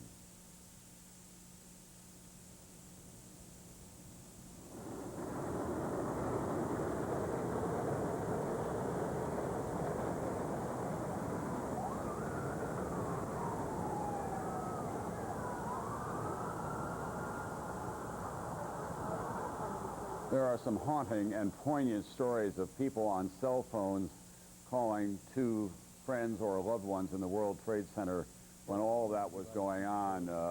One woman, a nurse that Robert Bazell talked to at St. Vincent's Hospital, was online with her husband, who was in the first building on the top floor when it was hit, and they had an exchange, and then the line went dead. There were other indications of people saying, "I love you," and the line going dead. And perhaps, for me at least, the most unsettling thought of the day of all was one man who described going down to the darkened and very wet stairwell because of the sprinklers that had gone off and seeing people who were trapped in their wheelchairs, the large mobilized wheelchairs that couldn't fit into the stairwell, and certainly the elevators were not working. He got out, and shortly after that, that building came down. It was that kind of a day, and there are going to be so many more of those stories, an untold number at this hour, hundreds, perhaps thousands. Dateline's Jane Pauley takes us through some of the horror of this day and what happened at the World Trade Center.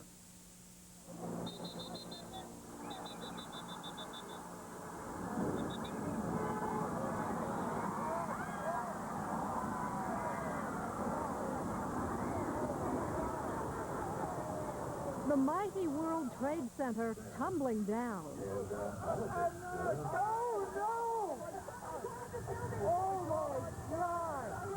Everyday New Yorkers had to run for their lives.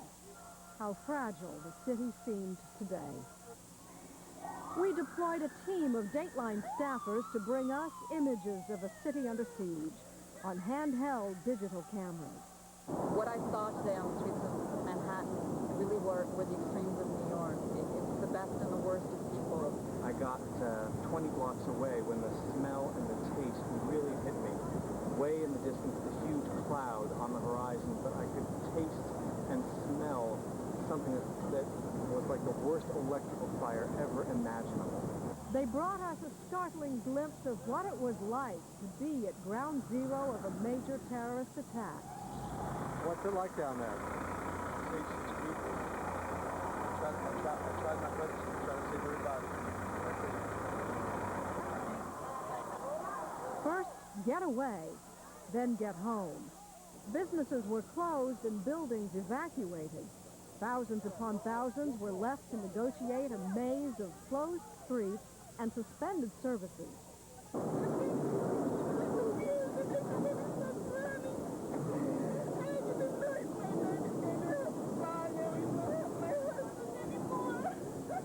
There's a real sense of panic on the streets among the tens of thousands of pedestrians, and it was easy to see why. Look to the horizon on the south, and you see an enormous gray-black cloud from the explosion. As they moved toward safety uptown, people tried to keep up with the flurry of events any way they could. Even the wounded walked. This woman was on the 19th floor of the World Trade Center when the first explosion hit. Hurt, but lucky to get out before the building collapsed. We found her 30 blocks north, heading to Bellevue Medical Center. A huge cloud of gray, huge cloud of gray came and everyone started running and stampeding and everyone was falling on the ground. And I don't know, like what now, I don't know if it was the person or the force of the wind. But I fell down, I just covered my head, I prayed that a building would fall on me, and I really thought I was going to die. Doctors and medical students lined up like extras on the set of a disaster movie. Almost immediately after the attack, along with all three major airports, the city's subways, bridges, tunnels, and major highways were all closed. The FDR Drive, normally a winding snarl of congested traffic, empty. Thousands of commuters from New York's outer boroughs were left stranded in Manhattan. By mid-afternoon, a police officer on the scene estimated that more than 20,000 people had crossed the 59th Street Bridge on foot.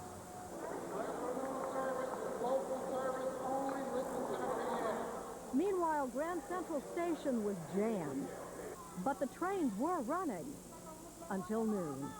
I remember standing in Grand Central and watching a man and a woman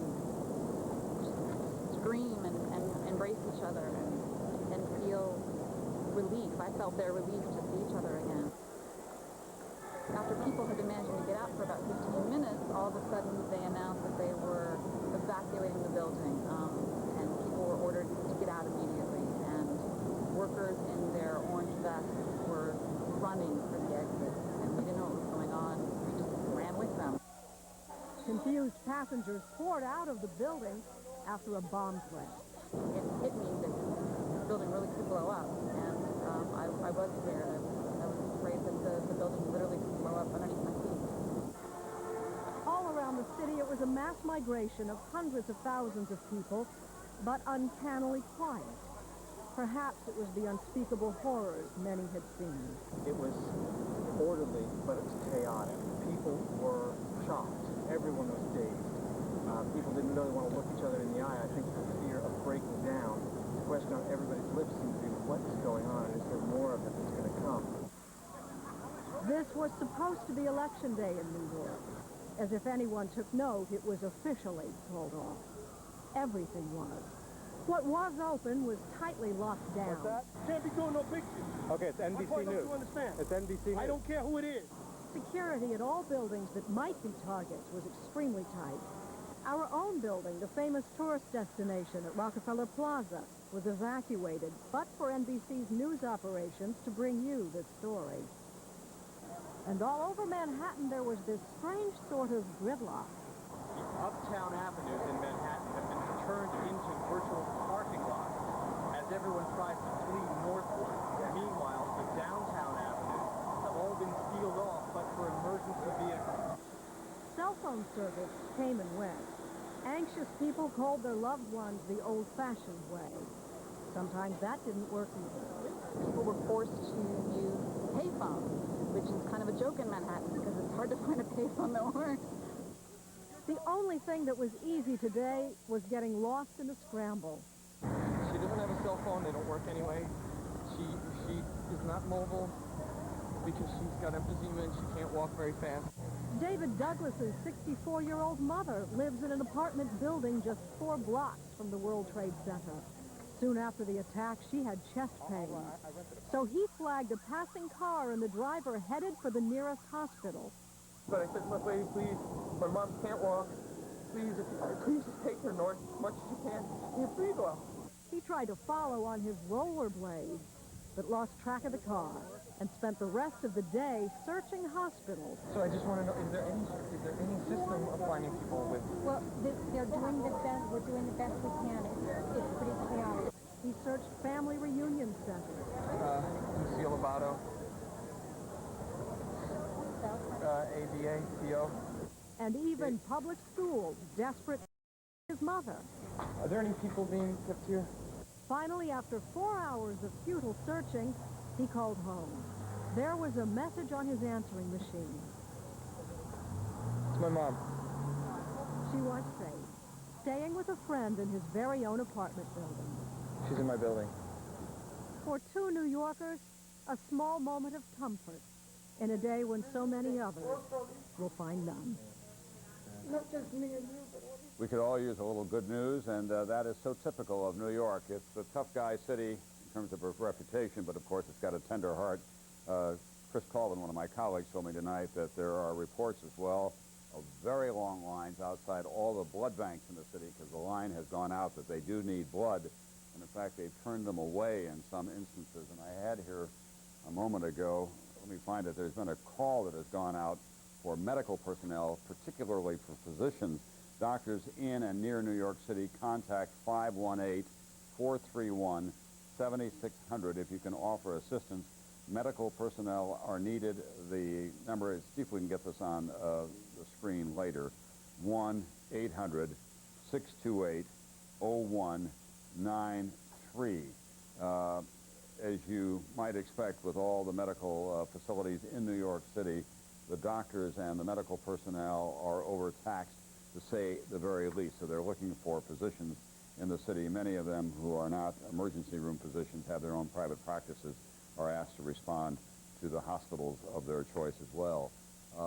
MSNBC's Edie Magnus is in Pennsylvania now, about 80 miles from Pittsburgh, where one of those planes went into the ground today. It did not hit a target of any kind. And I'm sorry, this is Chuck Scarborough along with Michelle Marcia. We're going to interrupt Tom Brokaw for just a second here because we have a development in this area. That's right. In just a few moments, the Port Authority of New York and New Jersey will be holding a news conference to update us on today's attack on the World Trade Center. And you're looking right now at a night view live of the World Trade Center. The fire is still smolder there.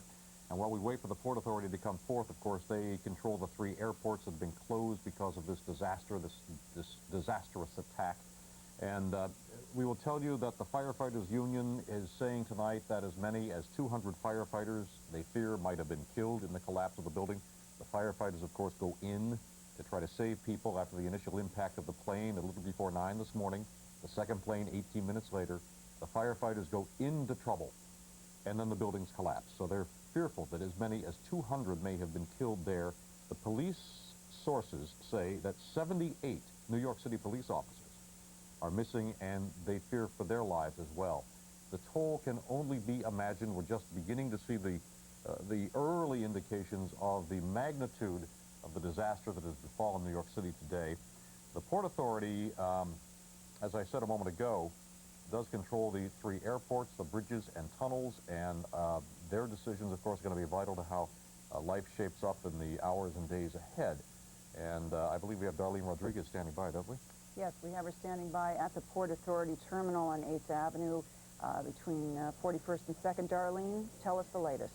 Well, Michelle, the news conference has not started yet. We are here at the Port Authority. We're expecting to hear from Ernesto Butcher, who is the Chief Operating Officer of the Port Authority. As you said, they control the airports, the bridges, and tunnels. All were closed today. We are not sure exactly what they're going to talk about. We were told they are going to talk about transportation to and from the city, presumably what it will be like tomorrow and for the rest of the night. We are told they will not be talking specifically about the investigation. They're leaving that up to the FBI and the federal government. Now, once again, we're expected to hear from the Chief Operating Officer. This news conference was supposed to start about 9:30 or so. Any minute, we will be expecting to hear from them. We are told they're going to talk about transportation, not about the actual investigation. We are also told that they might talk about any Port Authority officers who were hurt, injured in today's recovery efforts. But once again, we're expected to hear from the Chief Operating Officer, Ernesto Butcher. We will bring that news conference to you live when it starts, which is expected momentarily. Darlene, the latest we heard is that no flights will be allowed at least until noon tomorrow by orders from the White House. We are hearing the same thing. Once again, I'm sure that Mr. Butcher will clear all of that up for us when he does start to talk to us. But we do hear the same thing, no flights until at least noon tomorrow. Right now, everything shut down. We're also told that getting in and out of the city, as you know, has been impossible all day. And as a matter of fact, now they're not allowing anyone in except for uniformed police officers and military vehicles. So everything completely shut down still and until at least noon tomorrow. And we're hoping that we can clear that up and bring you some more details momentarily. Of course, when the bombs went off here, the airliners hit the World Trade Center this morning. When it became obvious this was an act of terror, the first thing that the city did was close down the bridges and tunnels to save them, to make certain that there weren't additional terror attacks that would take out the bridges and tunnels and leave New York completely isolated, Manhattan anyway. Gradually over the day, there was some opening to allow people who were in Manhattan to leave. And it's still possible over certain bridges and tunnels to leave Manhattan either on foot and in some cases in vehicles. But you're telling us still nobody is allowed in except uniformed personnel? Right. That's the very latest that we heard. No one allowed in except for uniformed personnel, people who are directly needed. Earlier today, as I was driving in myself, they were waving people through. If you were a cop, if you were a paramedic or a firefighter, they were waving you through, uniform or not, just to obviously help in the rescue and recovery. For now, I'm told they're not letting anyone through unless you are a uniformed officer being called in for duty or unless you are in some sort of army or military vehicle. So still, everything is shut down. And here is, we're told now we will be starting in another 2 minutes. This is the Port Authority press officer, and we're expecting to hear from the Chief Operating Officer, Ernesto Butcher. He will tell us all the very latest on the airports, bridges, and tunnels in just a few moments. Yeah, you know, it was interesting, Darlene. I drove in from Connecticut this morning. I got as far as the 225th Street Bridge in the Bronx and the Kingsbridge Bridge section, and nobody was being allowed through as of about 9:30. But then by about 4:30 today, they opened that bridge for traffic moving south. That opening lasted for about a half an hour, and then they closed the bridge down once again. Right. It's been a fluid situation all day. There were times where they were letting people out of the city early on, but no one in. Then they were letting some vehicles in. And as I told you, there were frantic police officers and fire officials who seemed to be off duty in plain clothes, standing at the bridges and tunnels, waving you through if you were a cop or some sort of emergency service personnel, just hoping that anyone who could get in would be allowed in to help out. They are still preparing this news conference here, but we will hear shortly on about what they're going to do for tomorrow. We obviously want to know about the morning rush and what's going to happen. We want to know if the entire city will be shut down and who's going to be allowed through, and whether you can come in through a bridge or a tunnel, or whether you can come in by subway. We don't know. Right now, the Port Authority here is shut down as well. There is no travel here at all at this station either. We're at Penn Station, and we simply do not know. When you even think about the news conference that's about to occur, which will give us some idea of what life is going to be like for all of us, you have to think about what a profound effect a handful of dedicated radicals can have on an entire nation. This nation is at a standstill at the moment. Air traffic is at a standstill. The borders are sealed. There's very little travel going on, and that affects every single part of this country. Financial markets closed, right. And of course, the schools tomorrow in New York City are now, there was a decision made to close the schools. The financial markets, as you said, Michelle, won't be open tomorrow, perhaps Wednesday. They'll be open again. The financial system, we are told, of course, by the president and by the mayor of the city, is in fine shape. There is no problem there. There is no need to think about hoarding money or food if you're in Manhattan. There's no problem there. But at the moment, transportation is stalled while the mop-up continues and the dimension of the threat is measured. Darlene, what's going on behind you now? Oh, well, they seem to be still setting up. There's a podium here behind me. All the media's here. We've all been waiting. As you can see, reporters are standing by. The press officer seems to be getting things together here. And we're hoping that this gentleman comes down soon. Obviously, everyone is very curious. In the city outside, it's eerie how quiet it is around here. 8th Avenue, we're right near Times Square, which is usually extremely busy. All of Broadway, all of the shows are shut down. Tourists are walking around. We saw a couple of tourists holding up their tickets and taking photographs. They can't quite believe what has happened here today. People who are in New York for the first time. No cars in the street, an occasional yellow cab, if that. It's very, very quiet. All of the stores are shut down except for maybe a coffee shop here and there, and not even that for the most part. It's eerily quiet. It's very strange. It's almost a surreal sort of existence here in Midtown this evening, especially in Times Square when you know how busy it is. Aside from the bright lights, which are all still up and shining, there's really no one walking around the street except for the occasional tourist who doesn't quite know what to make of what's going on out here. Reporters and officials there tonight able to view the president's speech at 8:30? I'm curious, and what was their reaction? I don't quite know. It kind of depends where you are. Basically, we've all been running around the city listening to our car radios for the most part. TV was a little hard to watch in our vehicle, so it's been a lot of word of mouth and getting information out. And the news radio stations is really where everybody's getting their information and sort of passing it on to each other. But other than that, that's about all we're getting. Now, Darlene, we're also told that Mayor Giuliani is going to be holding a news conference any minute now, in addition to the one you're attending. Well, once again, they're apologizing now for the delay. Well, that won't happen here. What's happening here is strictly the Port Authority Chief Operating Officer talking about transportation, bridges and tunnels, airports, and that sort of thing. What's going to happen for tomorrow? What's going to happen for later on this evening? Because right now, if you're here and you're trying to get out, you don't quite know. I think they're going to start right now. I see them approaching the podium. Several people here, very large number of people, and I think we're going to start this news conference momentarily. I'm here tonight to introduce Ernesto Butcher, the Chief Operating Officer of the Port Authority of New York and New Jersey. We wanted to bring you and the public up to date on the status of Port Authority facilities and give the public an idea of what to expect here tomorrow from you. Well, I'm afraid we lost the signal at the critical moment there. While we wait to see what firefighters and many other police officers and rescue and emergency country, the legislatures ceased. Stop the country in one, reflecting what we city seems very different today. So do the people who live here. The people who are here for the blood drive. Statue of Liberty, one of the great symbols of democracy, one of the best healers at Chelsea Piers. While most of the attention centered on fire trucks there, postponed or delayed. And when Betsy Stark talks about the Treasury Secretary Paul O'Neill, who's been saying to the country and the world for the last couple of days, as has the president, that he expects the economy to come back by the end of the year, it is part of an important psychological process as well as a business one to say that will probably begin at first. Happened. There was, after the attack on Pearl Harbor, it was the Japanese Admiral Yamamoto who said, I fear we have simply awakened a sleeping giant, when all of his subordinates were gloating about their victory on Pearl Harbor. And this could well be a repeat of that this nation has now been awakened to a threat that it knew existed but never felt as tangibly as we're feeling it right now, and we can expect a different demeanor.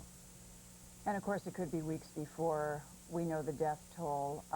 We understand we do have audio now from the press conference. New Jersey for asking Bob Boyle to act as a senior advisor to us during this time of crisis. I'd like to say initially that our hearts go out to all the people who were killed, injured, or otherwise traumatized by today's events. To those people and their families, we can only say that we're all working as hard as we can to get back some form of normalcy. What I'd like to provide you with is an update on Port Authority conditions at Port Authority facilities as of 9:30 tonight. All of what I tell you is subject to change based on the needs of law enforcement agencies or other governmental agencies. I want to reinforce that I'm not going to discuss details of the investigation into this criminal act. Those questions can best be asked and answered by federal authorities who are leading this investigation. We do, however, want to provide you with an update of conditions at Port Authority transportation facilities and to try to give you some sense of what tomorrow may be like. First of all, we'd like to ask the general public to understand that the best way to get information will be the radios, television, and they should seek updates before leaving home tomorrow. We believe that it's advisable for all non-essential employees to stay at home if their employers so permit. Port Authority, airports, bridges and tunnels, the bus terminal, and the PATH Rapid Transit line are secure and fully staffed. At the request of the law enforcement officials, those services hours will be severely curtailed at least through tomorrow morning's rush hour and possibly for longer. I'd like to repeat that tomorrow is not likely to be a normal commuting day. I suspect that all of this, as I said, is subject to change, so please stay tuned to your local news sources. The Port Authority airports, JFK, Newark, and LaGuardia are currently closed and likely to remain closed through at least tomorrow morning. Their reopening is subject to the direction of the FAA and other federal authorities. There is very little likelihood of eastbound traffic being allowed to use Port Authority, Hudson River bridges and tunnels into Manhattan tomorrow, except for credentialed personnel going eastbound. Again, this is based on the needs of law enforcement and other government agencies. The facilities themselves are secure and in excellent condition. At the present time, westbound traffic is permitted at the Staten Island bridges and on the upper level of the George Washington Bridge. PATH is currently operating between 33rd Street in Newark, Jersey City, and Hoboken, and will likely operate tomorrow, again subject to change. The Port Authority bus terminals in Midtown and at the George Washington Bridge are closed and likely to remain so. Next, I'd just like to take a moment to describe some of the things that our Port Authority staff is doing right now to assist the victims of this terrible catastrophe. The Port Authority Police have sent more than 150 police officers to the scene at the World Trade Center to assist with rescue operations. Other Port Authority police personnel are providing security at our facilities. I'd like to make a special request to relatives of Port Authority employees. We have set up telephone numbers to call for help in locating Port Authority personnel. These numbers that I'm about to share with you are for emergency use and not for the use of the general public. It's simply for the relatives of Port Authority employees who are seeking information about their relatives, and we will provide them as we can. The numbers are 973-565-5505 and 5506 and 5507. Again, for relatives of Port Authority employees, 973-565-5505-0607. For Port Authority employees who are assigned to work at the World Trade Center, we would like all Port Authority employees who are assigned to work at the World Trade Center to call the following numbers before reporting anywhere for work tomorrow.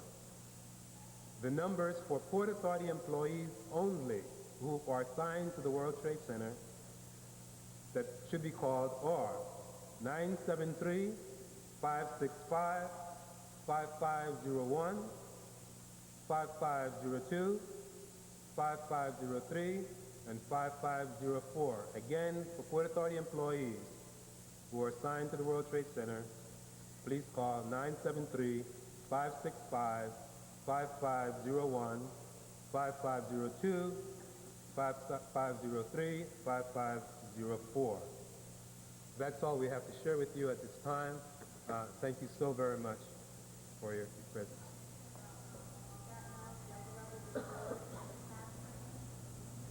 The upper level of the George is open to westbound traffic only, the same at the Staten Island bridges. PATH is currently operating from 33rd Street to Newark in Jersey City and Hoboken. What about the airport? When will you open the airport, and what kind of added security will you have when they do open?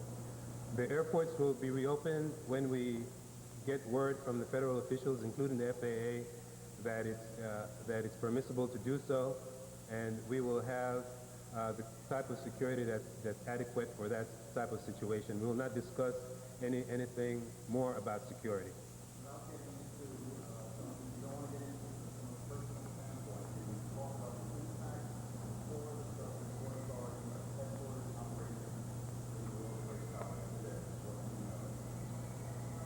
Well, if I understand your question, you want to understand the impact of.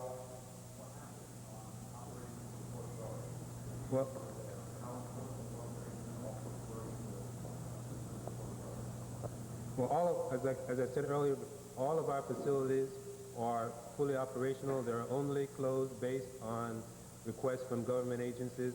As you can see, I have with me the senior staff of the Port Authority, so we are prepared to continue to carry out our operations on a consistent basis.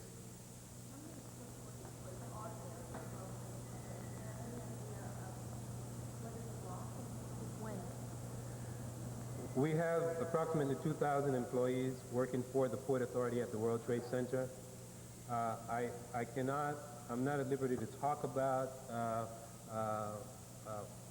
generally more than that, other than to say that we are working as best as we can to account for all of our employees.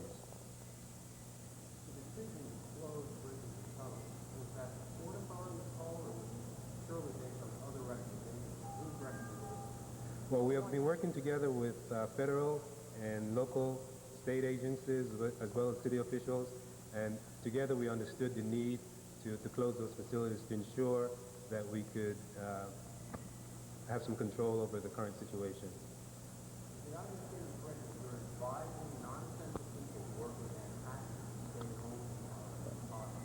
Well, I believe that that's the word that's been generally spent by government officials in locally as well as state, and I think it's something that's prudent at this time. We need all the time that we can get to ensure that we can get our facilities back up and running in good order, and to understand the complete situation as it unfolds. Two more questions, please.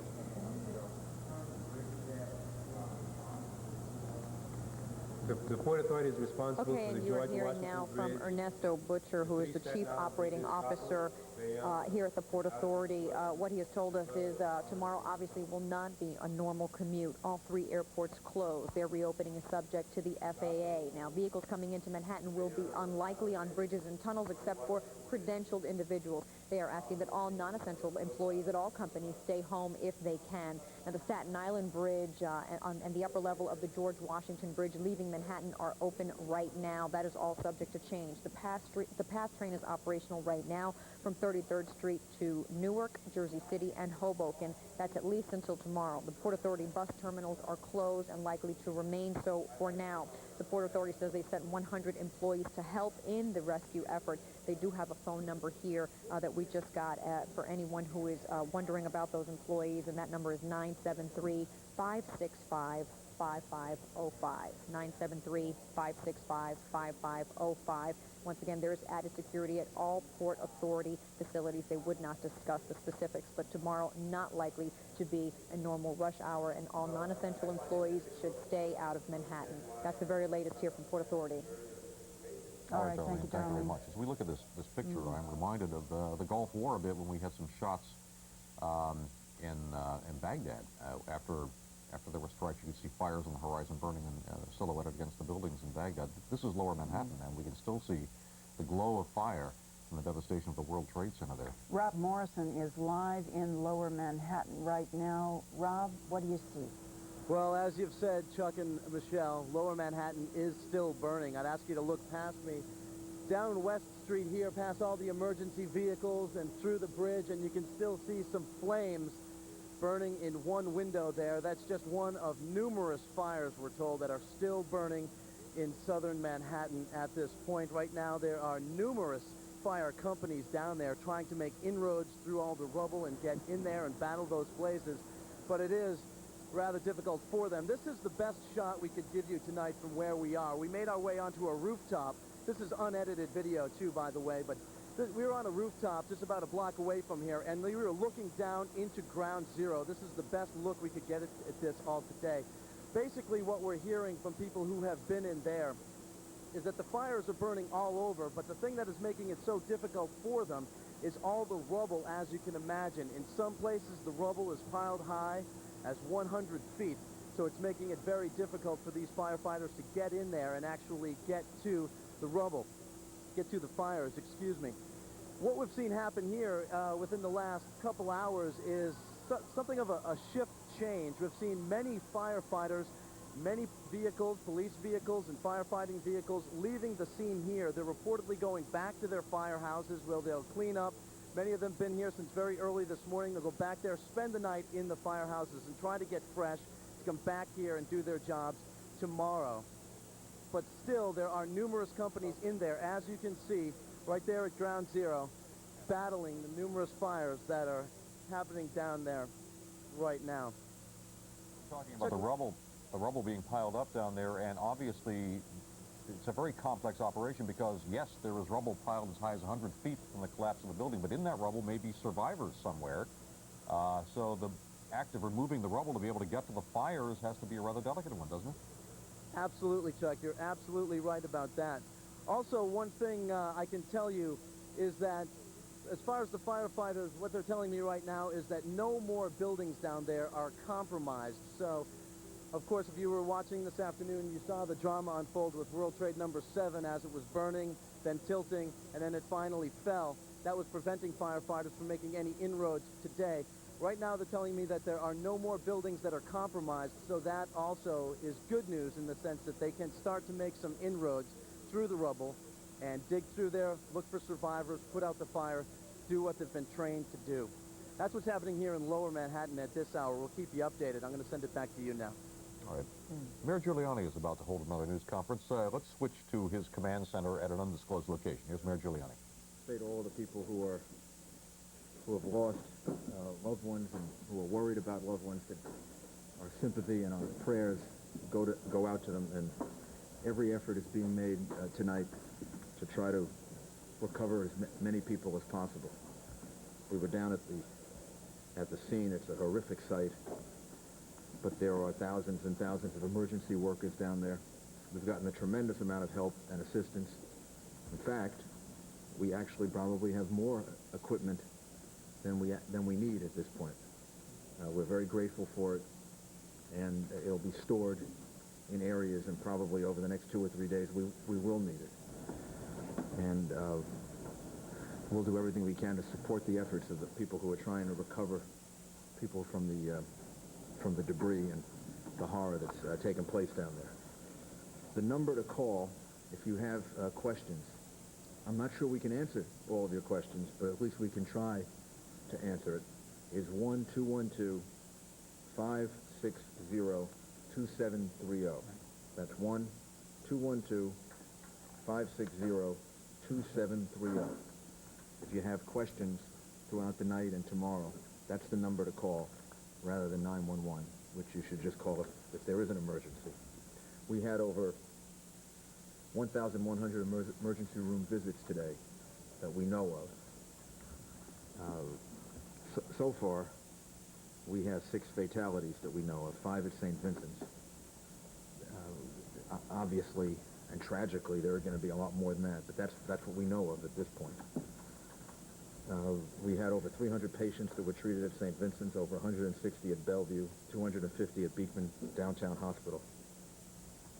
And the hospital, these hospitals were probably the ones under the most stress, but they were able to get through.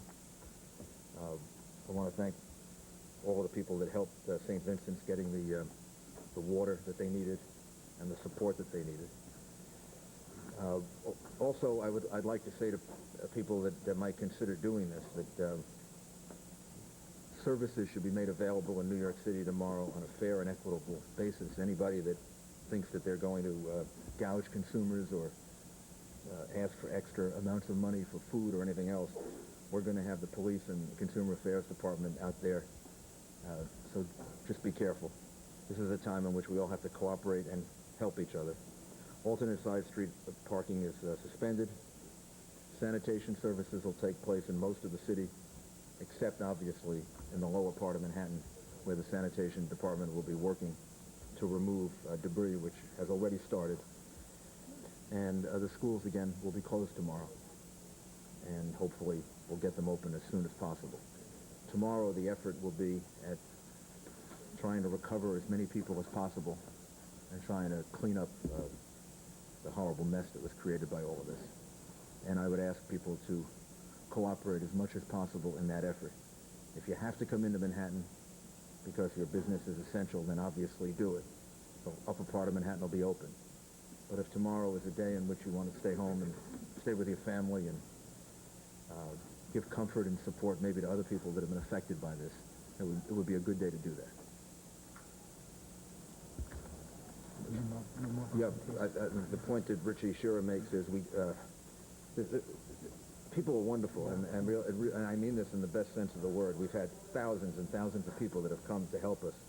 When I was down at the site near the World Trade Center, I met a lot of the National Guard's people that the governor has sent, really wonderful young men and women.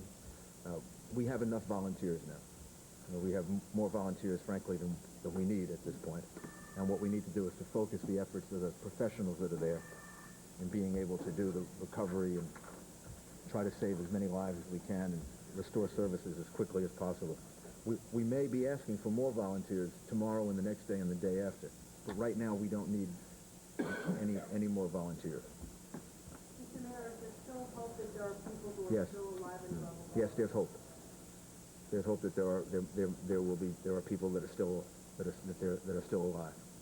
How is the rescue effort hampered by the darkness? What do you do? We moved a lot of lights in so that the area is being lit now, so that I don't think the rescue effort is going to be hampered by the darkness. The rescue effort is hampered by the fact that there's still fire there. There are still unsound structures, and it's still dangerous, although the rescue effort is now taking place.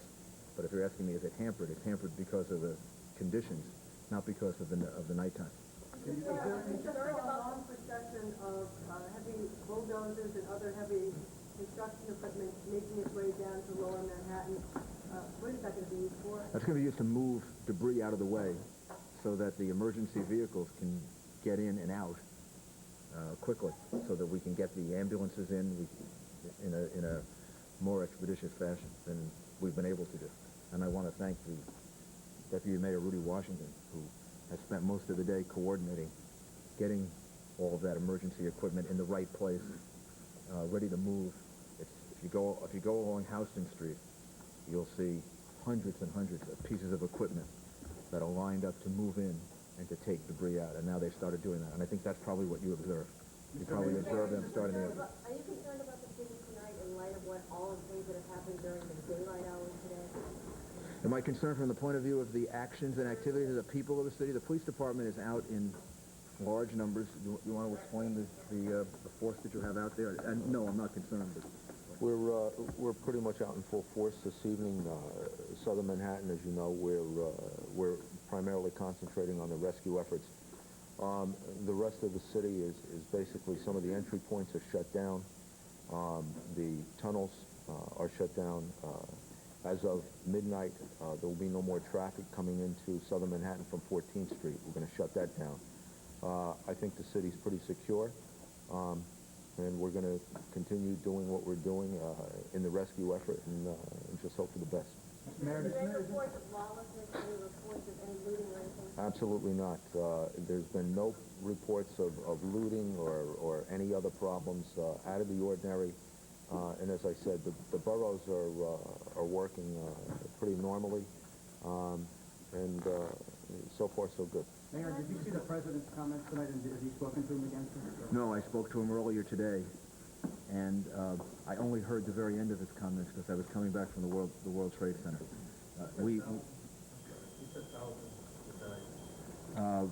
I don't know the number at this point.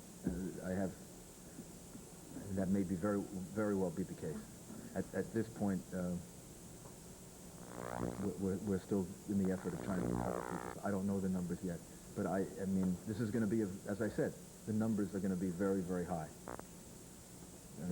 Just if you think of the number of people that were in the building at the time, we've been spending time with the medical examiner, who, by the way, was injured himself, and so Dr. Hirsch was injured and had to be treated, but he's organized his office, and they are ready to deal with thousands and thousands of bodies if they have to. Mr. Mayor, earlier in the day... And we'll give them the support and the help to do that.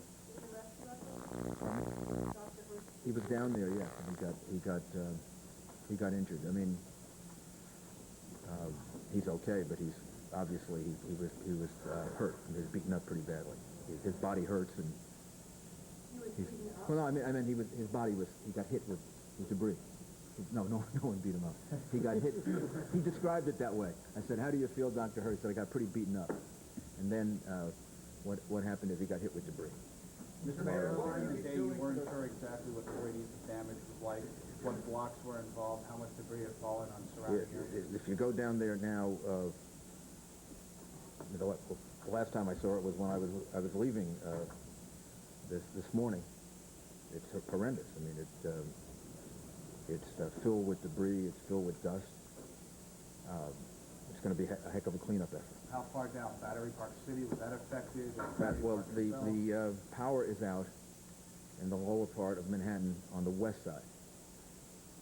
So there is no power at this point. So that's why we had to bring in the lights to light up the area so that they can do the rescue effort. And the people that live at Battery Park City have been evacuated. They were taken to New Jersey. So I don't know when that'll be back. That's going to take a while for that to come. What about other South Street Seaport? So on the east side of downtown Manhattan has power, and exactly where the demarcation line is, I'm not sure. But over by One Police Plaza, going east, there's power, and I believe there's power at City Hall now. What are your plans for the rest of the night, the next 12 hours? Will you all still be... We just had a long meeting with all of the agencies to make sure they have the support that they need. They'll all reassemble here at 8, 9 o'clock tomorrow morning, and some of the critical people will stay here throughout the night, and we'll have representatives here, and I'll be here for a while longer. Are you concerned about asbestos contamination? The health department has done tests, and at this point is not concerned. But so far, all the tests that we've done do not show an undue amount of asbestos. Doesn't show any particular chemical agent that we have to be concerned about. The accumulation of it for people who are down there can become very, very irritating. And there were a lot of people whose eyes have been burned, but I don't think there's any chemical agent that we have to worry about at this point. Do you have any idea how many police officers and firefighters you are missing? Yes, we have an idea of how many we're missing. Can you tell us that? Well, it's a lot. It's a lot. A lot of firefighters and a lot of police officers. And I don't know that I really don't want to get into a numbers game until we know. It's a lot. It's a lot. There are also reports that there are some top brass in both departments too. Yes, we lost the deputy chief of the fire department and the chief of the department. The chief of the fire department? The chief of the fire department.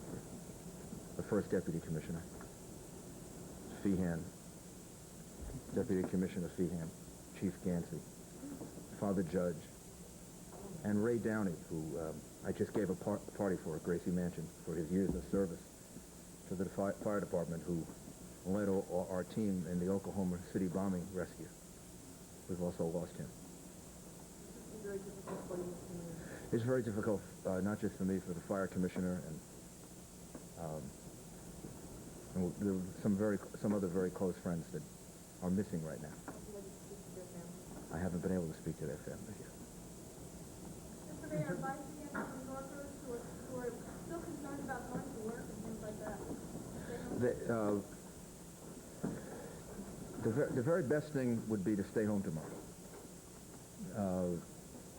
If you have to come to work, and you work north of 14th Street, then you can come to work if it's critical. So if it's important and it's critical, then you come to work. But if you can stay home tomorrow, you're going to make things easier on yourself and easier on the city if you stay home. So the city is not officially closed. Manhattan is not officially closed north of 14th Street. But we're advising people if you can stay home, it would be better. Outside of Manhattan, you go to work and do all the things you would normally do. There's no particular reason to be constricted in activities there. But if you can stay out of the city, that would be good. Any idea when the airports will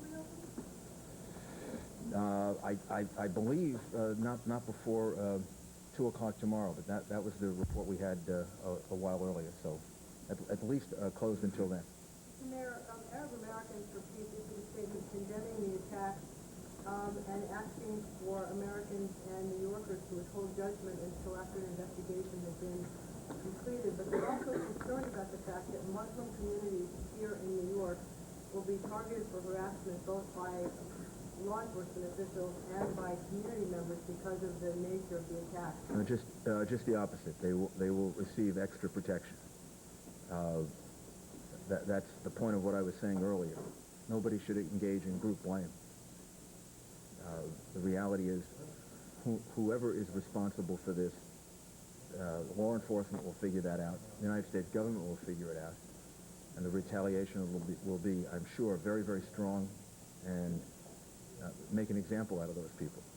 But nobody should try to make that determination on their own.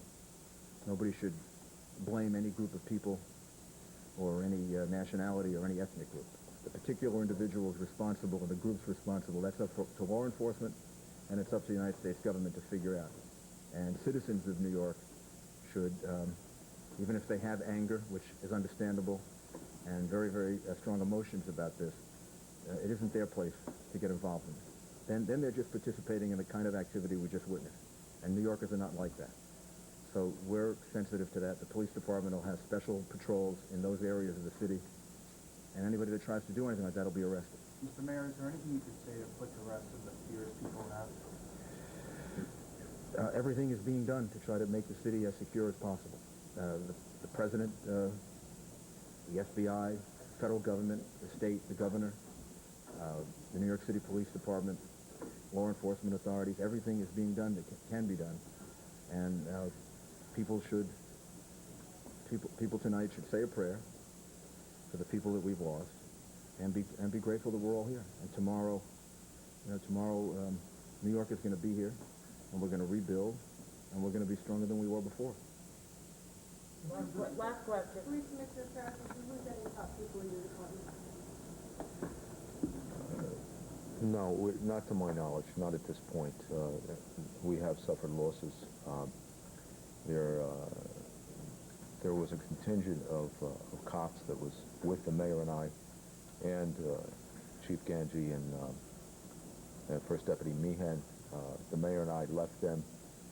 We were gone about 10 minutes when that portion of the building fell, and I had a number of people there. We haven't found them yet. So I don't know the numbers. I don't know yet. We're still hopeful that we're gonna find people. And we have not given up hope that we're going to be able to find some people. We do know there are people in the building that are alive. We know that for a fact. I can't get into it right now, but we do know there are people in the building that are alive, and we're making every effort to get to them. Are those members of the police officers? Excuse me? Are there police officers? There are some police officers, yes. How many? Which building are they in? Two that we know of. How many? Two. You know which building they're in? I can't say right now. Have police officers been told from the rubble already alive? Yes, there are a number of people that were taken to the hospitals. Can people be heard from Yes. inside the rubble? Is that how you know? Can people be heard? I can't get into it right now. We have a group of shelters that are available in Manhattan. Bayard Rustin High School, Seward Park High School, Washington Irving High School, the High School of Fashion Industry, Chelsea High School, Norman Thomas, the City School, JS 22, IS 131, Comprehensive Day and Night. They're all open for people that may need shelter tonight. And we'll put out this list, as well as Curtis High School in Staten Island and Westinghouse High School in Brooklyn. So we'll put out this list, and these shelters are all available to people who may be displaced. Thank you.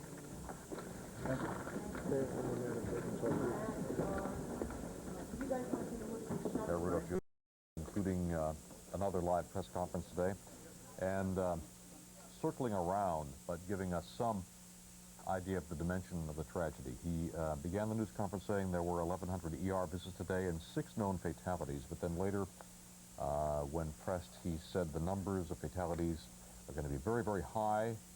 The medical examiner's office is ready to deal with thousands and thousands of bodies. That's what the mayor said. He also warned, he warned about gouging tomorrow, about merchants gouging because of presumed shortages here or trying to jack prices up. He said this is the time for all of us to cooperate, not to try to profit from this catastrophe, and that the sanitation services will be operating, but the city and advised people, if they can stay home, to stay home, although Manhattan is not officially closed tomorrow. He advised people to avoid coming in to make it easier on everybody else. I just wanted to say he was pressed by one reporter with regard to the number of reported missing firefighters and police officers, and he said he did not want to get into a numbers game. He said a lot are missing, but he would not name numbers, and he did confirm that some top brass were lost. Mm-hmm. He did. A deputy chief of the fire department, chief of the fire department, and a father judge, also with 3 he named. Earlier when we had this very shot you're looking at, there were some lights in the sky going across, obviously an aircraft of some kind, and there was some question about what that might have been. And I think we have an answer from Darlene Rodriguez. Is she still with us, or do you just want me to tell them? Okay, no, she's not, but she asked a few questions about the Port Authority, and apparently the Port Authority assured her that this was a military aircraft. Airspace is closed. Nothing is allowed to fly around here except military aircraft. There are some helicopters that have been in the area, perhaps even some state helicopters, but official aircraft are allowed up. There have been some passes by jet fighters as well early in the day, but that was rather a slow-moving light that we saw in the sky, and for those of you who questioned it, we are told it was a military aircraft of some kind. Rob Morrison is in Lower Manhattan right now as the fires continue to burn in what's left of the World Trade Center area. Rob? And Michelle and Chuck, I could just confirm what you were just talking about a second ago as far as the aircraft flying overhead. Earlier today, yes, there were a few military aircraft flying overhead, securing the airspace. And tonight we have seen a few choppers flying back and forth, but as you said, they are all official aircraft. If we could just pan down there once again, Ralph, to the fires that are still burning in Lower Manhattan. We know that there are numerous fires still burning. There are several companies of firefighters down there right now trying to get through the rubble, dig through the rubble, and get to those fires. And also, Chuck, what you were saying before seems to have been confirmed by the police commissioner in that, yes, we know that there are at least a few survivors there now. So now we know exactly what they're doing in there as well as fighting those fires. They're also trying to dig through the rubble, which some firefighters and others have told me is up to 100 feet high in some places. They're trying to get there and see if they can save any lives, if any lives can be saved after this horrible tragedy. Basically, what we saw a little bit earlier was something of an exodus. We saw many vehicles from all over the area, fire vehicles, emergency vehicles, ambulances, leaving here. We also saw some vehicles that were very close to Ground Zero being towed out of here, and it's hard to describe those vehicles except to say they were just completely demolished, covered with that white ash that we've been seeing in all the video that we've been playing for you. What's happening basically with this shift change is that many of the firefighters and other emergency workers are going back to their firehouses tonight. They're going to clean up, they're going to try to get fresh for tomorrow, and then they'll be back here on the job tomorrow, relieving the people who are working here through the night. So basically that's what we've seen in this area here. If it seems as if there is a little lull, that's just because there is. Many people have gone home to rest up for the night, but I assure you, a few blocks, about 6 blocks in there, it's just a horrific sight. Rubble about 100 feet high, as we've seen on some of the video, and there are firefighters and other emergency personnel in there working harder maybe than they've ever worked before. That's what's happening here in Lower Manhattan. I'm going to send it back to you once again.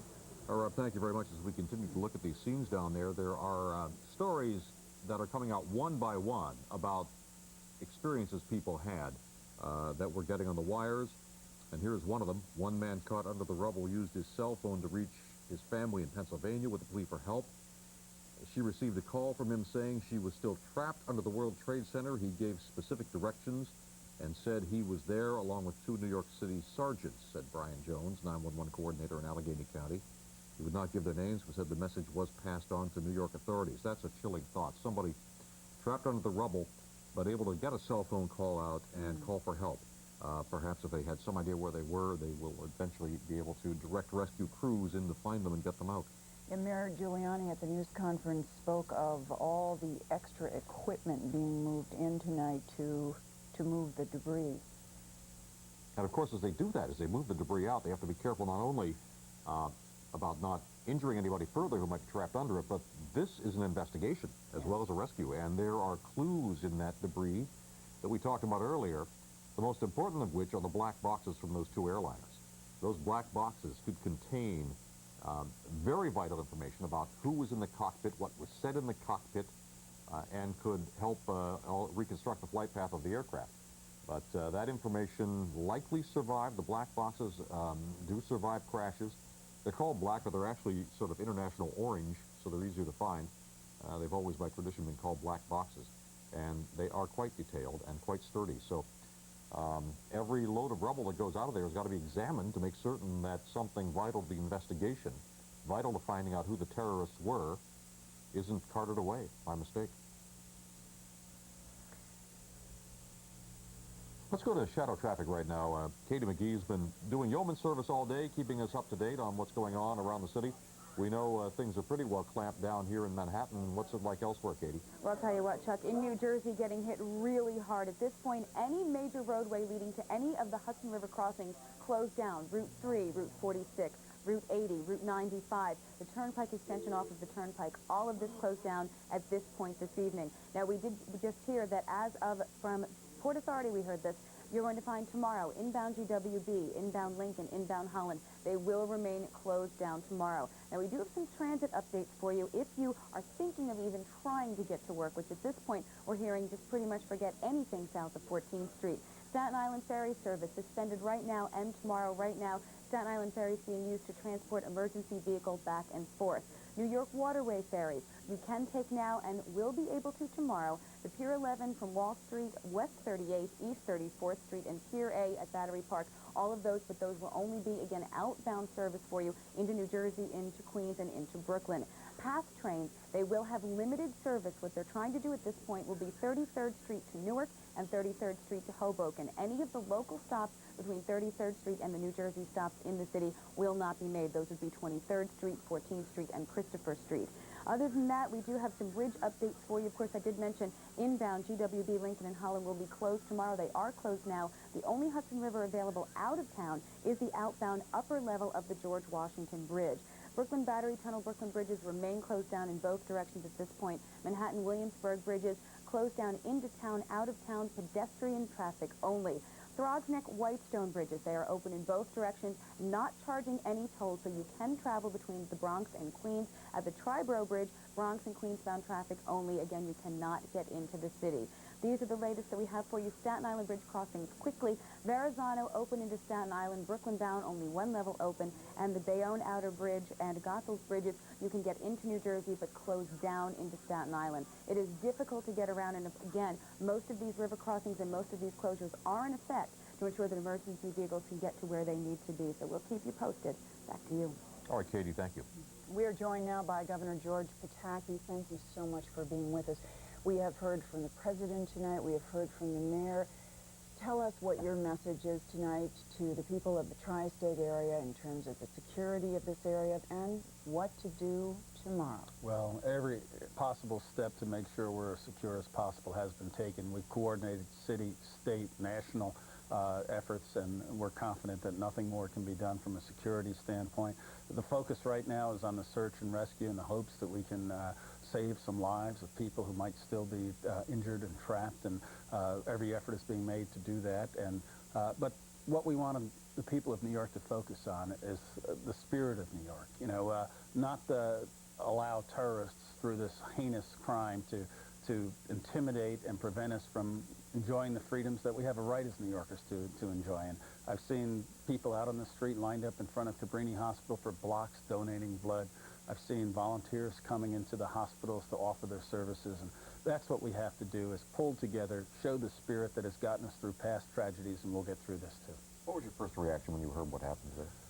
Chuck, it's just incomprehensible, the magnitude of the disaster, and you look at it in disbelief, but then that disbelief turns to knowledge that it's real and you have to deal with it. And I talked to the president probably 9:20 this morning and urged him to shut down the airspace, and since that time we've just had tremendous response, all levels of government, community leaders, just ordinary New Yorkers rising to the occasion as they always do. It was phenomenal the way it just kept unfolding and unfolding, event after event, getting worse.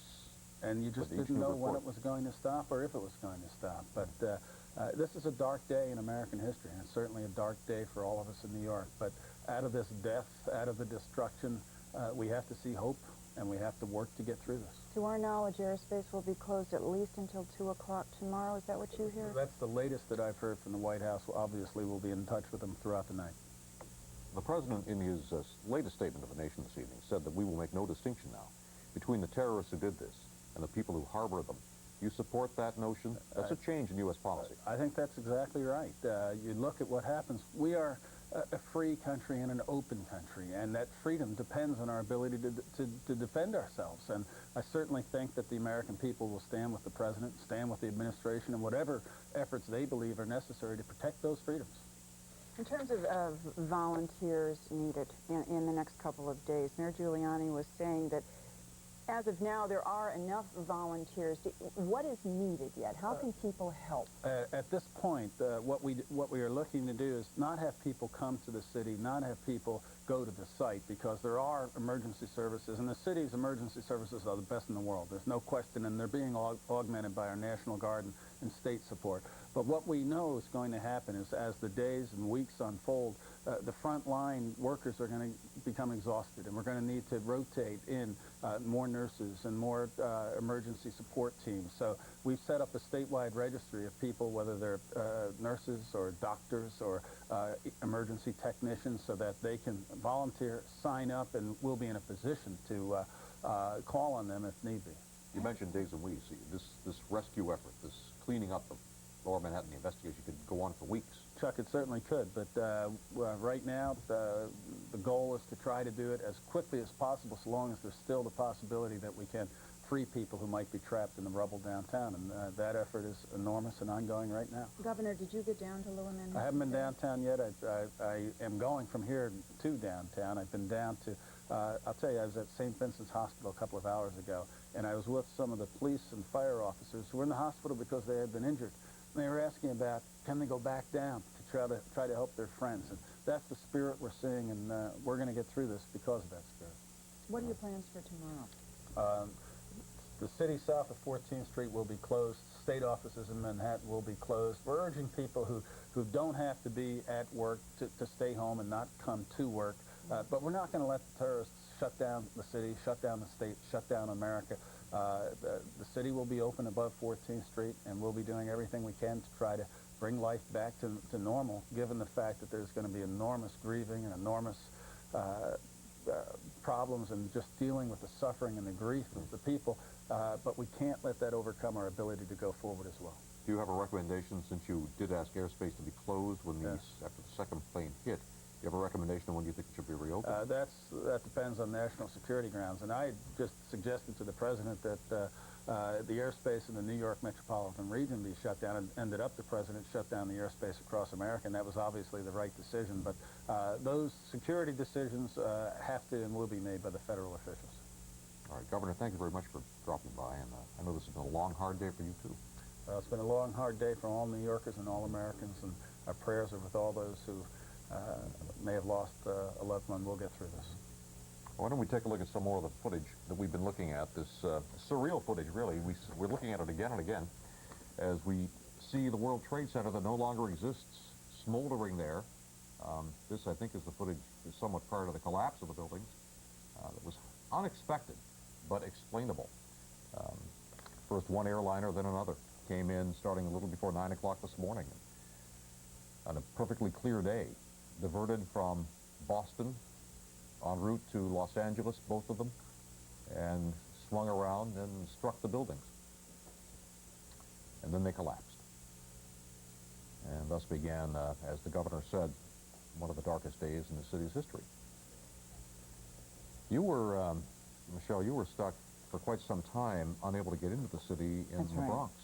And, I was in the Bronx. Which was a different perspective, because you were with a lot of New Yorkers who weren't directly affected by it immediately, but were certainly aware of what had happened. Very much aware, and mothers and children on the streets, mothers clinging to the little ones, the children who were old enough to understand, the mothers trying to comfort them. I remember hearing one little girl said, you know, am I safe, Mama? Am I safe? Are you safe? And the mother said, yes, yes, you're safe. You're going to be here.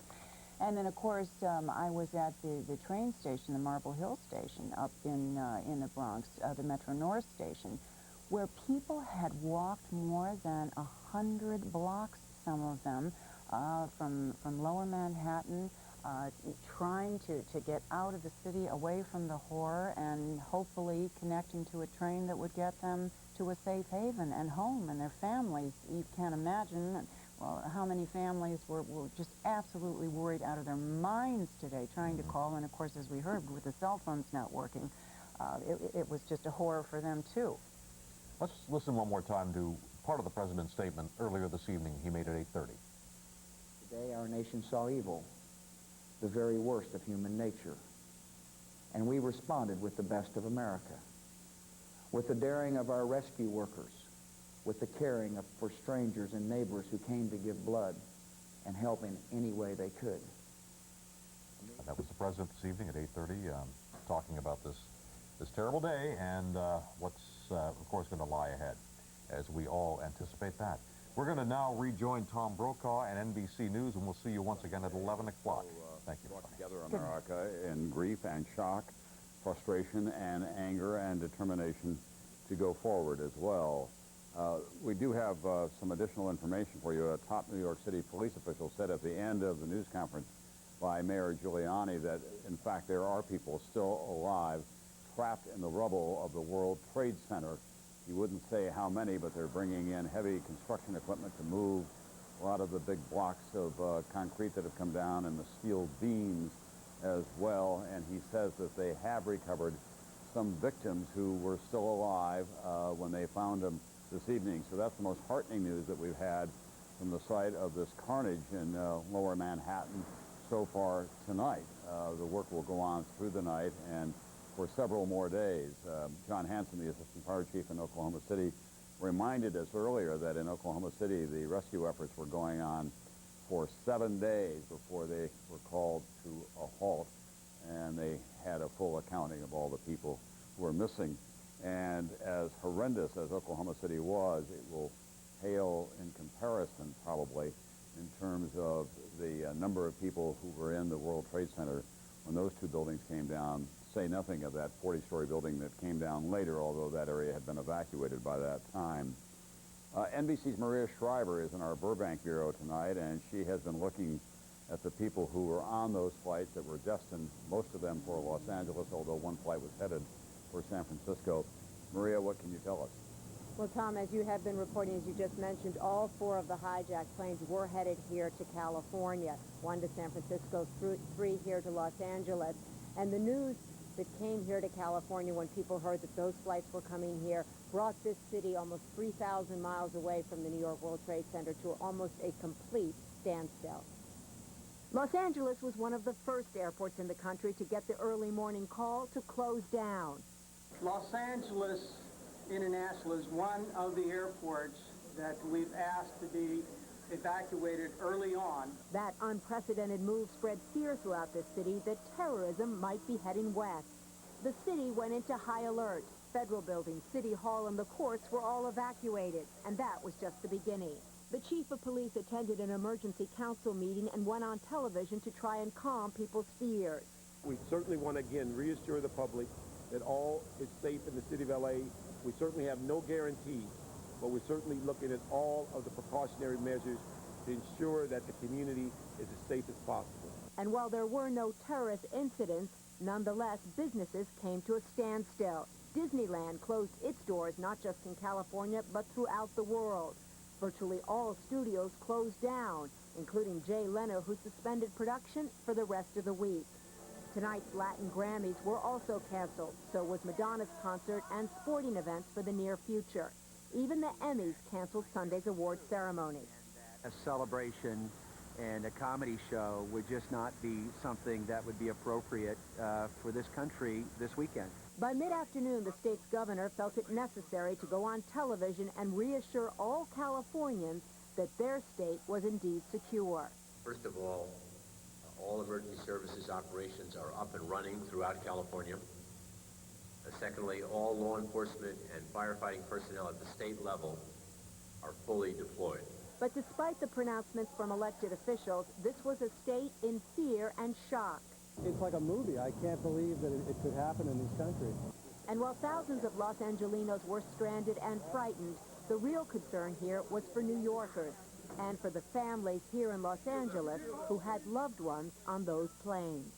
American and United Airlines asked the Salvation Army and the Red Cross to be available today to offer pastoral and ministerial services to the families of victims. It's just to be there and to say to them, we are here, and we'll do whatever we can do to help you through this trauma and this pain. Tom, it's important to note that not... He was trying to do about 10 or 15 years ago, and you are absolutely correct. He wants economic...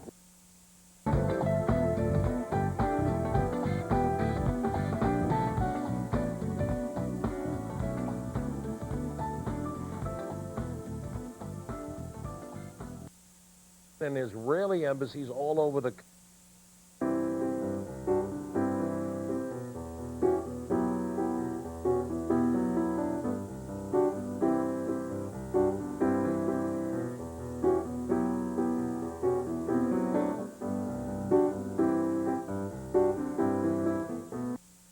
is beginning to have an important impact on Pakistan. By with trailers loaded with equipment that looked like communications equipment and lighting equipment, obviously preparing for a lengthy investigation here. Bill? All right, David, thank you. David Mattingly in Somerset County, Pennsylvania, southeast of Pittsburgh, Pennsylvania.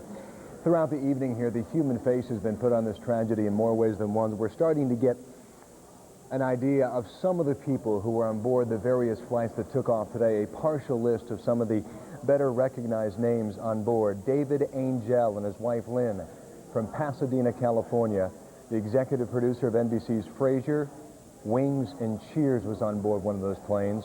Daniel Lewin, 31 years old, co-founder of Akamai Technologies. Garnett Bailey, his friends called him Ace, director of scouting for the LA Kings, the National Hockey League. Also Mark Bavis, also a scout with the LA Kings, and throughout the night you've heard the name Barbara Olson being mentioned several times, a frequent contributor to Larry King Live and CNN through her legal commentary. Outside of that, we're also starting to pick up different stories across the country, repercussions from this story, indication that some gas lines in different parts of the country are snaking more than an hour or more in length. Also an indication that some people are afraid of a supply disruption. Nothing confirmed on a disruption of supply, but as a result, some gas stations in Dallas, Texas, $5 a gallon. Indianapolis, $5 a gallon. Parts of Ohio, also $5 a gallon for gasoline at this point. Here in the state of Georgia, getting reports at various grocery stores and supermarkets that people flock to the groceries today, stocking up on water and canned goods. We don't say this out of fear or try to incite some sort of fear or worry or concern. It's just the reports we're getting from people and the way they are reacting to what we have seen now for the past 13 and a half hours, originating this morning about 9 a.m. Eastern Time in New York City. Speaking of New York, back to Manhattan and Paula Zahn. Paula? Thanks, Bill. I think people here are just beginning to grasp the sheer horror and the tragedy of the multiple attacks on this city today. Once again, the first hijacked jet is slamming into the World Trade Center about 8:45, the second attack about 18 minutes later. And one of the more chilling developments tonight, both the mayor of New York City and the police chief confirming they have reason to believe the people are still alive and trapped inside the wreckage of the two collapsed towers, as well as an adjoining building, Building 7, that made up a part of that World Trade complex. The Firefighters Union confirming tonight that 265 firefighters presumed dead. The police chief confirming tonight the city of New York lost its fire chief as well as its deputy fire chief, some 85 New York police officers missing. Some presume them to be dead. We know that in area hospitals, according to the mayor, some 600 patients or victims are now being treated.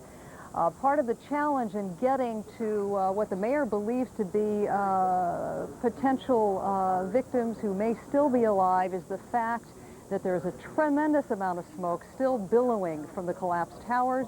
There's still so much structural damage. They're fearful that rescuers could go in there and get injured again, as well as the fumes. It is not clear when any rescuers will be allowed to penetrate this perimeter area.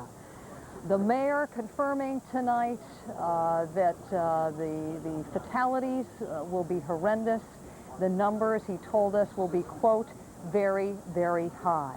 Right now, we are going to listen to Maria Hinojosa's report, who will give you a perspective on exactly what happened after these initial attacks and how New Yorkers reacted to them. At ground zero, running in the streets is the only form of escape. But on those same streets, the chaos and vibrations couldn't be avoided. Further north, New Yorkers gathered at Times Square. In humble silence and disbelief, everyone looking up to the big screen. Downtown, the mass exodus began.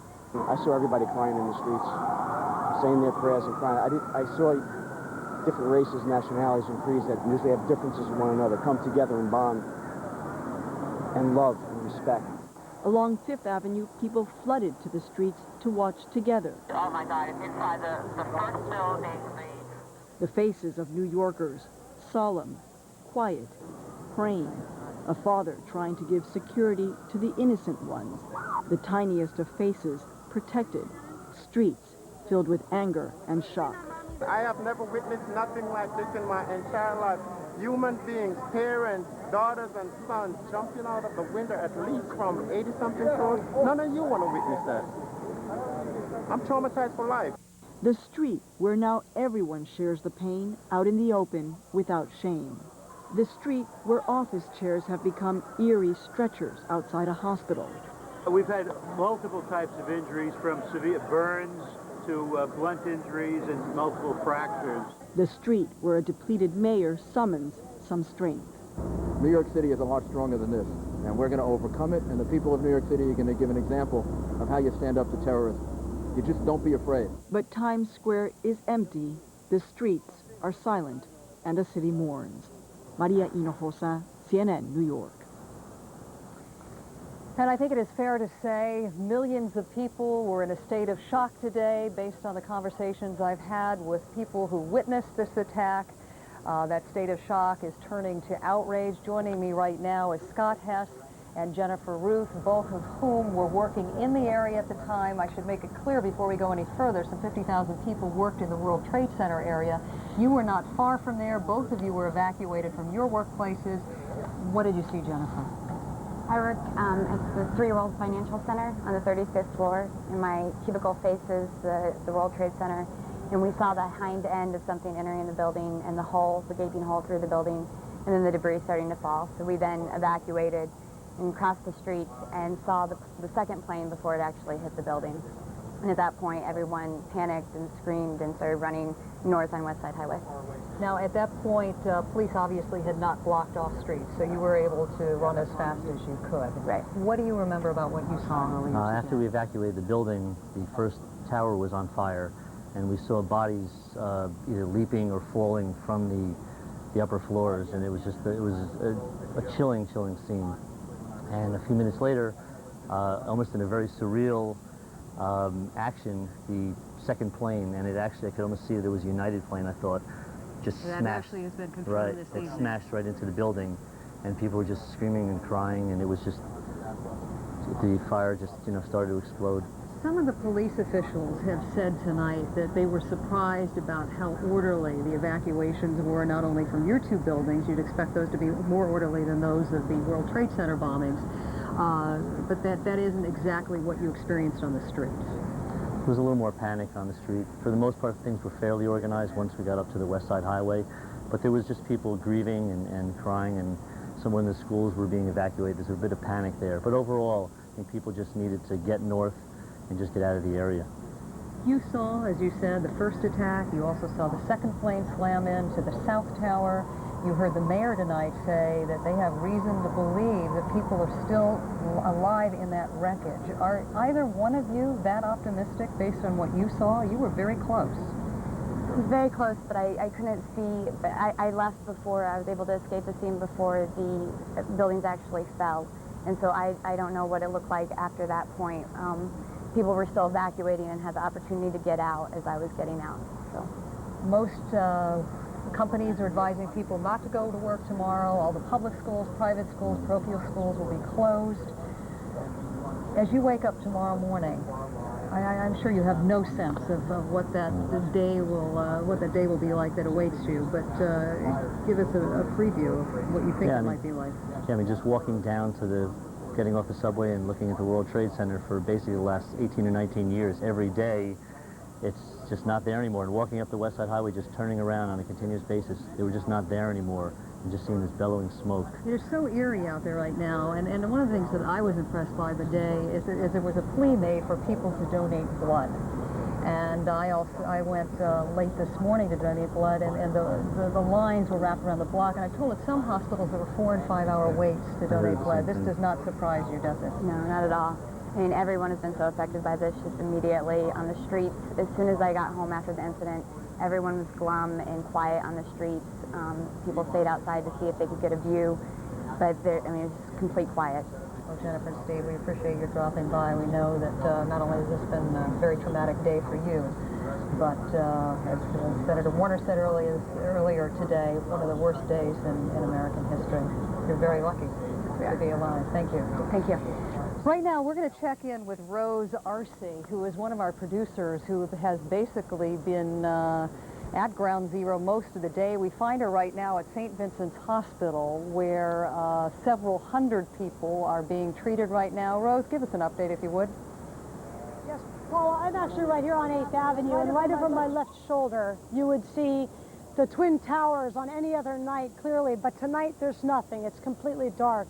I spent most of the day about 2 blocks from there on the top floor of a building that's just north of the World Trade Center. From there we could see people rushing to the windows as fire was billowing out of the top of the building where the first airplane hit.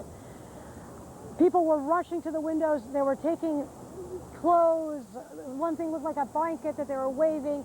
And then suddenly there was an explosion, and you saw folks start to jump out the front window of the building and plunge.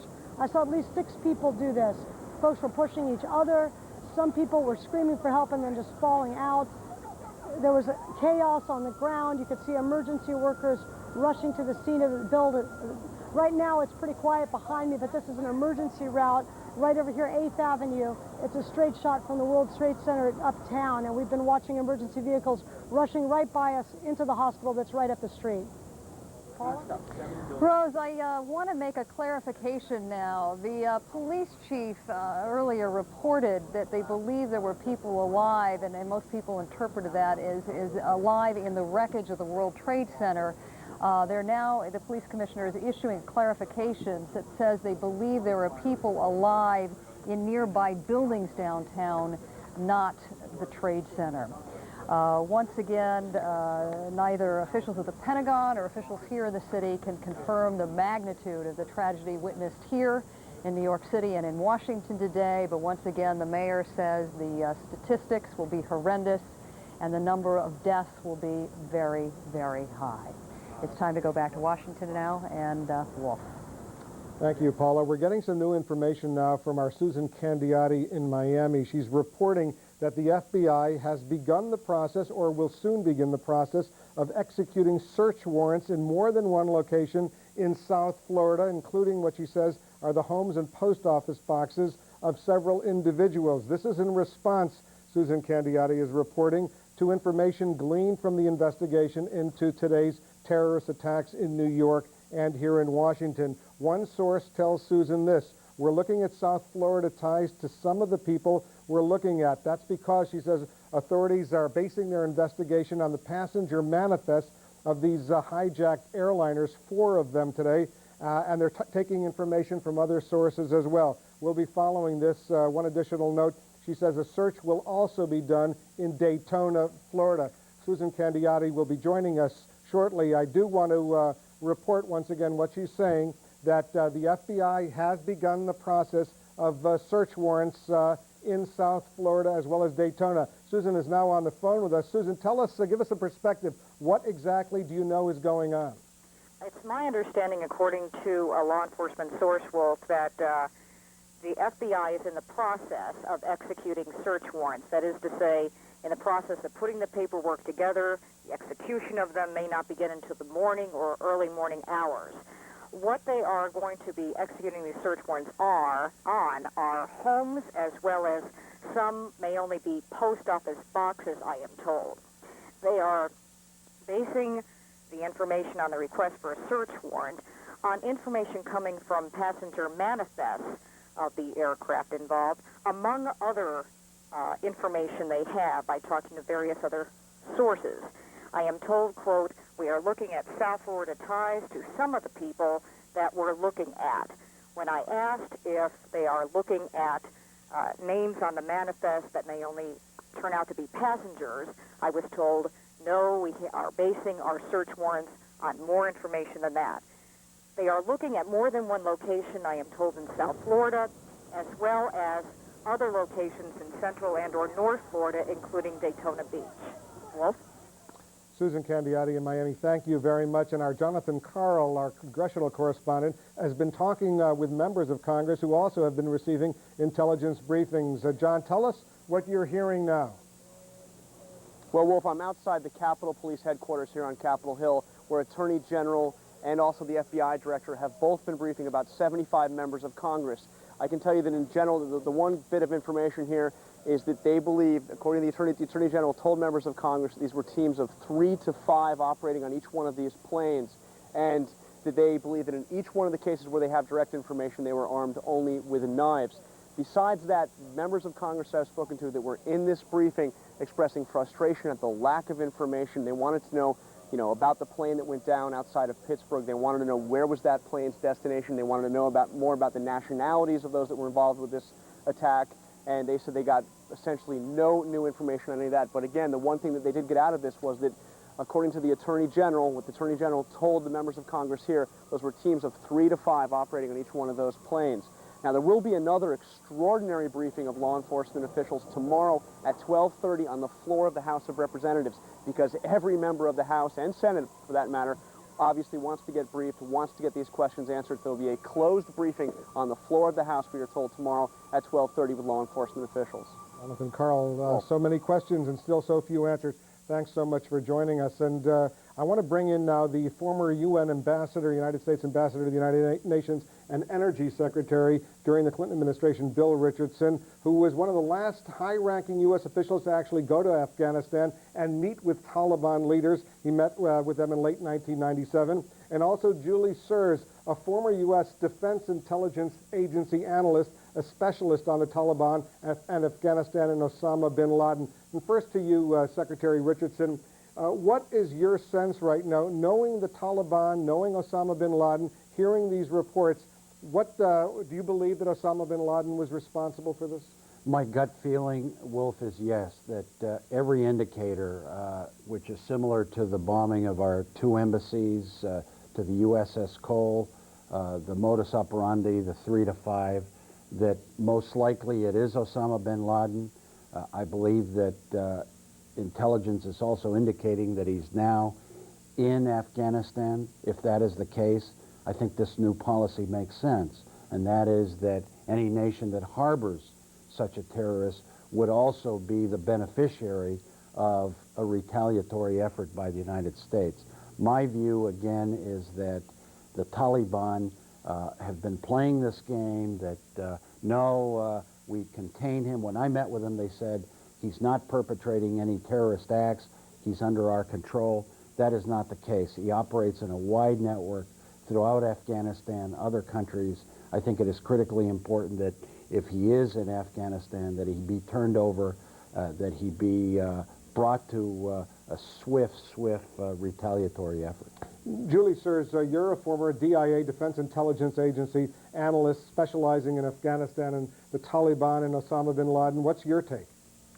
I agree with Ambassador Richardson and the other experts that I know you've had on throughout the day that, yes, all the indicators do seem to point to Osama bin Laden being responsible for this attack. And yes, I also agree with Ambassador Richardson that the Taliban, and as the President said, share at least equal responsibility in this act if that does turn out to be the case that bin Laden is behind it. Taliban officials have claimed after the 1998 embassy bombings, after the Cole attack, that bin Laden could somehow be controlled by them, and I think this shows, if anything, that they're working with him, that they're cooperating with him, that's perhaps even the best way to understand bin Laden's organization, that it includes not just bin Laden and this extremist network worldwide, but is very much helped by the safe haven the Taliban provide, and even by the assistance of some neighboring countries, including particularly Pakistan. I think it needs to be said now. It's something many of us American officials have believed, and private experts on the subject as well. So let me ask Ambassador Richardson, do you believe Pakistan should share some of the responsibility if, in fact, Osama bin Laden is proven to have been responsible for these attacks? Yes, there's no question that the Pakistanis have a lot of influence on the Taliban. When I visited the Taliban, it was